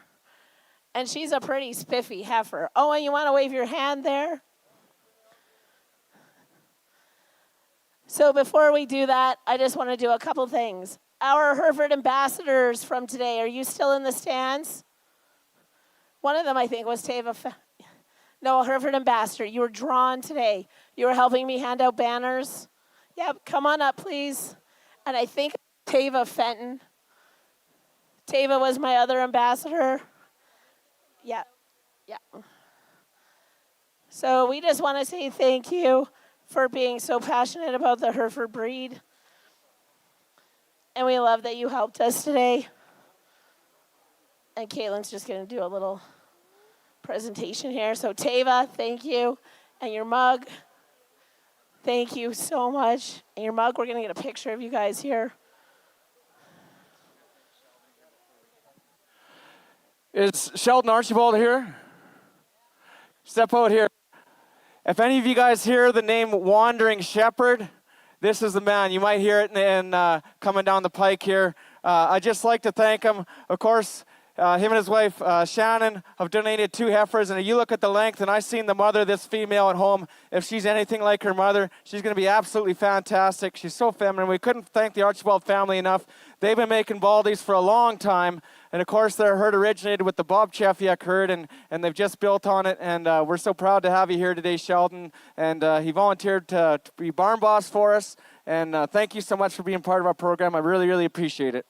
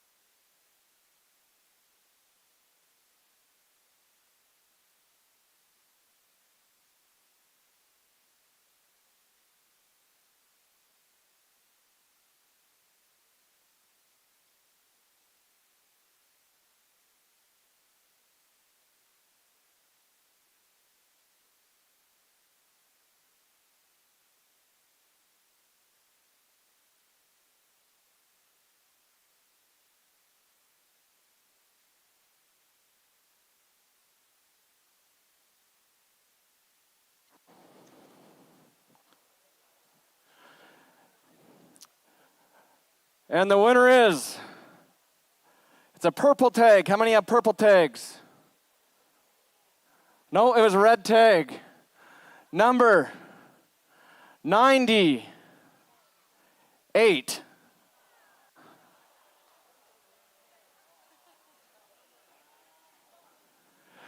Greg Hoare, west of Innisfail, and I know he has kids that are going to baby this heifer.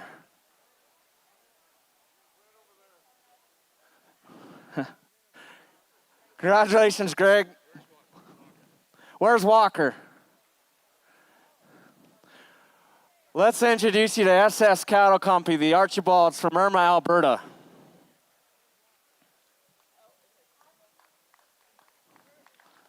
Hey, we got two. What's your name, sir? Walker. Walker, and your name? Alice. Alice, congratulations. You've won a heifer.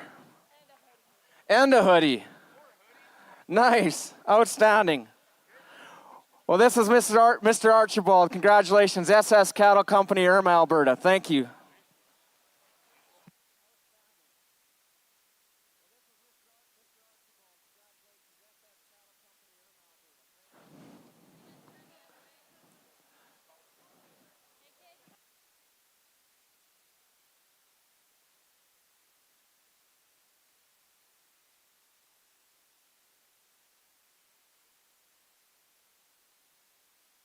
So in no particular order, we're going to sell these heifers. So we'll just start with the first one. Herefords, Grant and Annette Hershey, they've been such big supporters of our event and the carcass class yesterday and everything we do as an association. And we'll start off with this black white face. She's just an absolute, I think she's a true, the Hereford Plus, right, Grant? Yeah, she is. So if you look at that heifer, and the Hershey family has won everywhere they've gone, not only in Canada and Western Canada and North America, and it's our privilege to have you here today, and we just couldn't thank you and your family enough. So thank you very, very much. Big hand for the Hershey family. And all of you enthusiasts have been at it. Good job, Conrad. Well done. This is the newest exotic. You children know what that's about? Black Baldy. This is the newest exotic and the most popular. All the money goes to the event here. Is that right, Conrad? All the money comes here. $1,000 bill. 1,000, 1,000, 1,000, 1,000, 15, 15, 1750, 2,000, 2250, 25, 750, 3,000, 250, 35, 750, 4,000, 250, 45, 750, 5,000, 5,000, 5250, 5250 now 5, 55, 55, 750, 6,000, 6,000, 6,000, 250 now 5, 65, 65. You all done? 750, 7,000. All the money stays here. 7,000, 7,000. No 65's here. Craig, I got it over here. 60. You want to be 66? All the money stays here. I'll take 100 here. 65's ahead of you. 6,600. How did he say? 6,600. Sold that good heifer. 6,500. Who's the lucky winner? 4D6. We don't have our paper anymore. Yell it out. Good job. Thank you. Give him a nice hand. Well done. Thanks, Hershey's. All right. Who's coming to see me, Mr. Dallas? What a beautiful heifer. Here you go from one of the foundation families in the entire industry. Here you go. 25, 750, 3,000, 3,250, 35, 754, 4,000, 4,000, 4,255, 750, 5,000, 5,255, 55, 5,500, 55, 5,255, 5,500. 5,000's here. How about 52 and a half? 2.5, how about a 52 to 50? On 2, now 5. Now 55, 52.50, all the money, 750, 57 and a half. Come on, young lady, 6,000, 6,000. What do you mean no? How about maybe? 59, 59. Is that yes? 59. Now 6,000, 6,000. Now 6,100. I'm going to have it 6,000. Here we go. I'm going to have it. Where's the bid, Louis? Are you 6? No, 6 is right there. 61, 61. All the money stays for the. Yeah, well, he'll get over it. 61. 61. 61. 61. Yes or no? Gonna go. So, right down in the corner, 6,000. 6,000. Who's that go to? Thank you, Dallas Farms. Keely Marshall, give her a nice hand. Good job. Oh, here come the Church Ranch with this beautiful, beautiful cross. MGM, here we go. 25, 750, 3,000, 250, 35, 750, 4,000, 250, 42.55, 755, 5 bid 255, 55, 750, 57, 56, 6,000, 6 bid 2, oh, 6 here, 250 now 5, 65, 6,500, 64, 62, 4, 5, 6. 6, 7, 67, 6,700, 800, 7,000, 7,000, 7,001, 71, 72, 7,200, 71, 72, 73, 7,300, 72, 73. Beautiful Hereford church family. 73, 74, 74. You're out, Lou. 73, 4. Now 5, 7,500, 7,500, 7,500, 7,400, 7,005 once, 7,005 twice. 76, 75. 76. Money stays here. Helps the whole of 6. Now 7. 77. So thank you for the help. 76, 77, 7,700. Now 7,800. Then there was quiet, and everybody thought, should we build some more? That's part of the plot. Where you got 79? 78, 8,000, Lou. 8,000, 8,000, 8,000.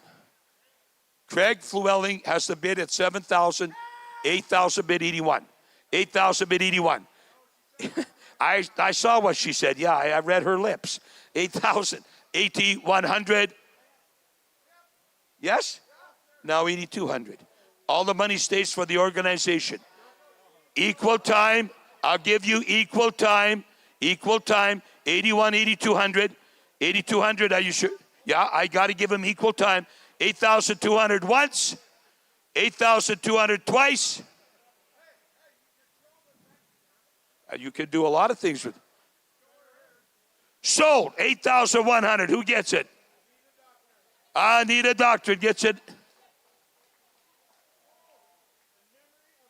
In memory of her dad, give this beautiful lady a nice, nice, nice hand. Here we go.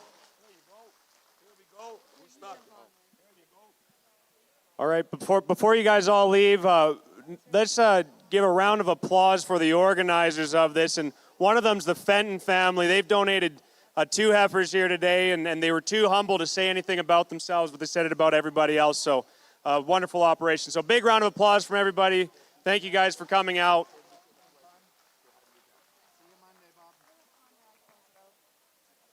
Yeah, I'd just like to thank everybody, and I'd like to thank Baylog Auction, major sponsors since the beginning of this event. So to Bob and Mo, the whole crew, Louie, thank you guys so much. Thank you everybody for coming out.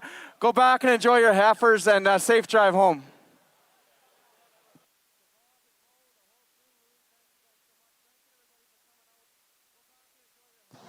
And for anyone else still in the trade show, we have a Cutco demonstration that's starting here right away, so be sure to check it out.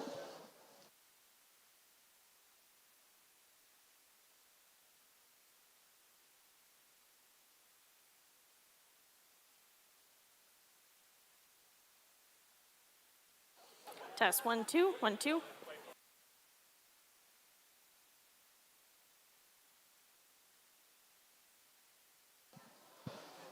And for those for the final day of the showcase, the junior show starts at 9:30 tomorrow morning. So be sure to be here and bright-eyed and bushy-tail for a 9:30 start.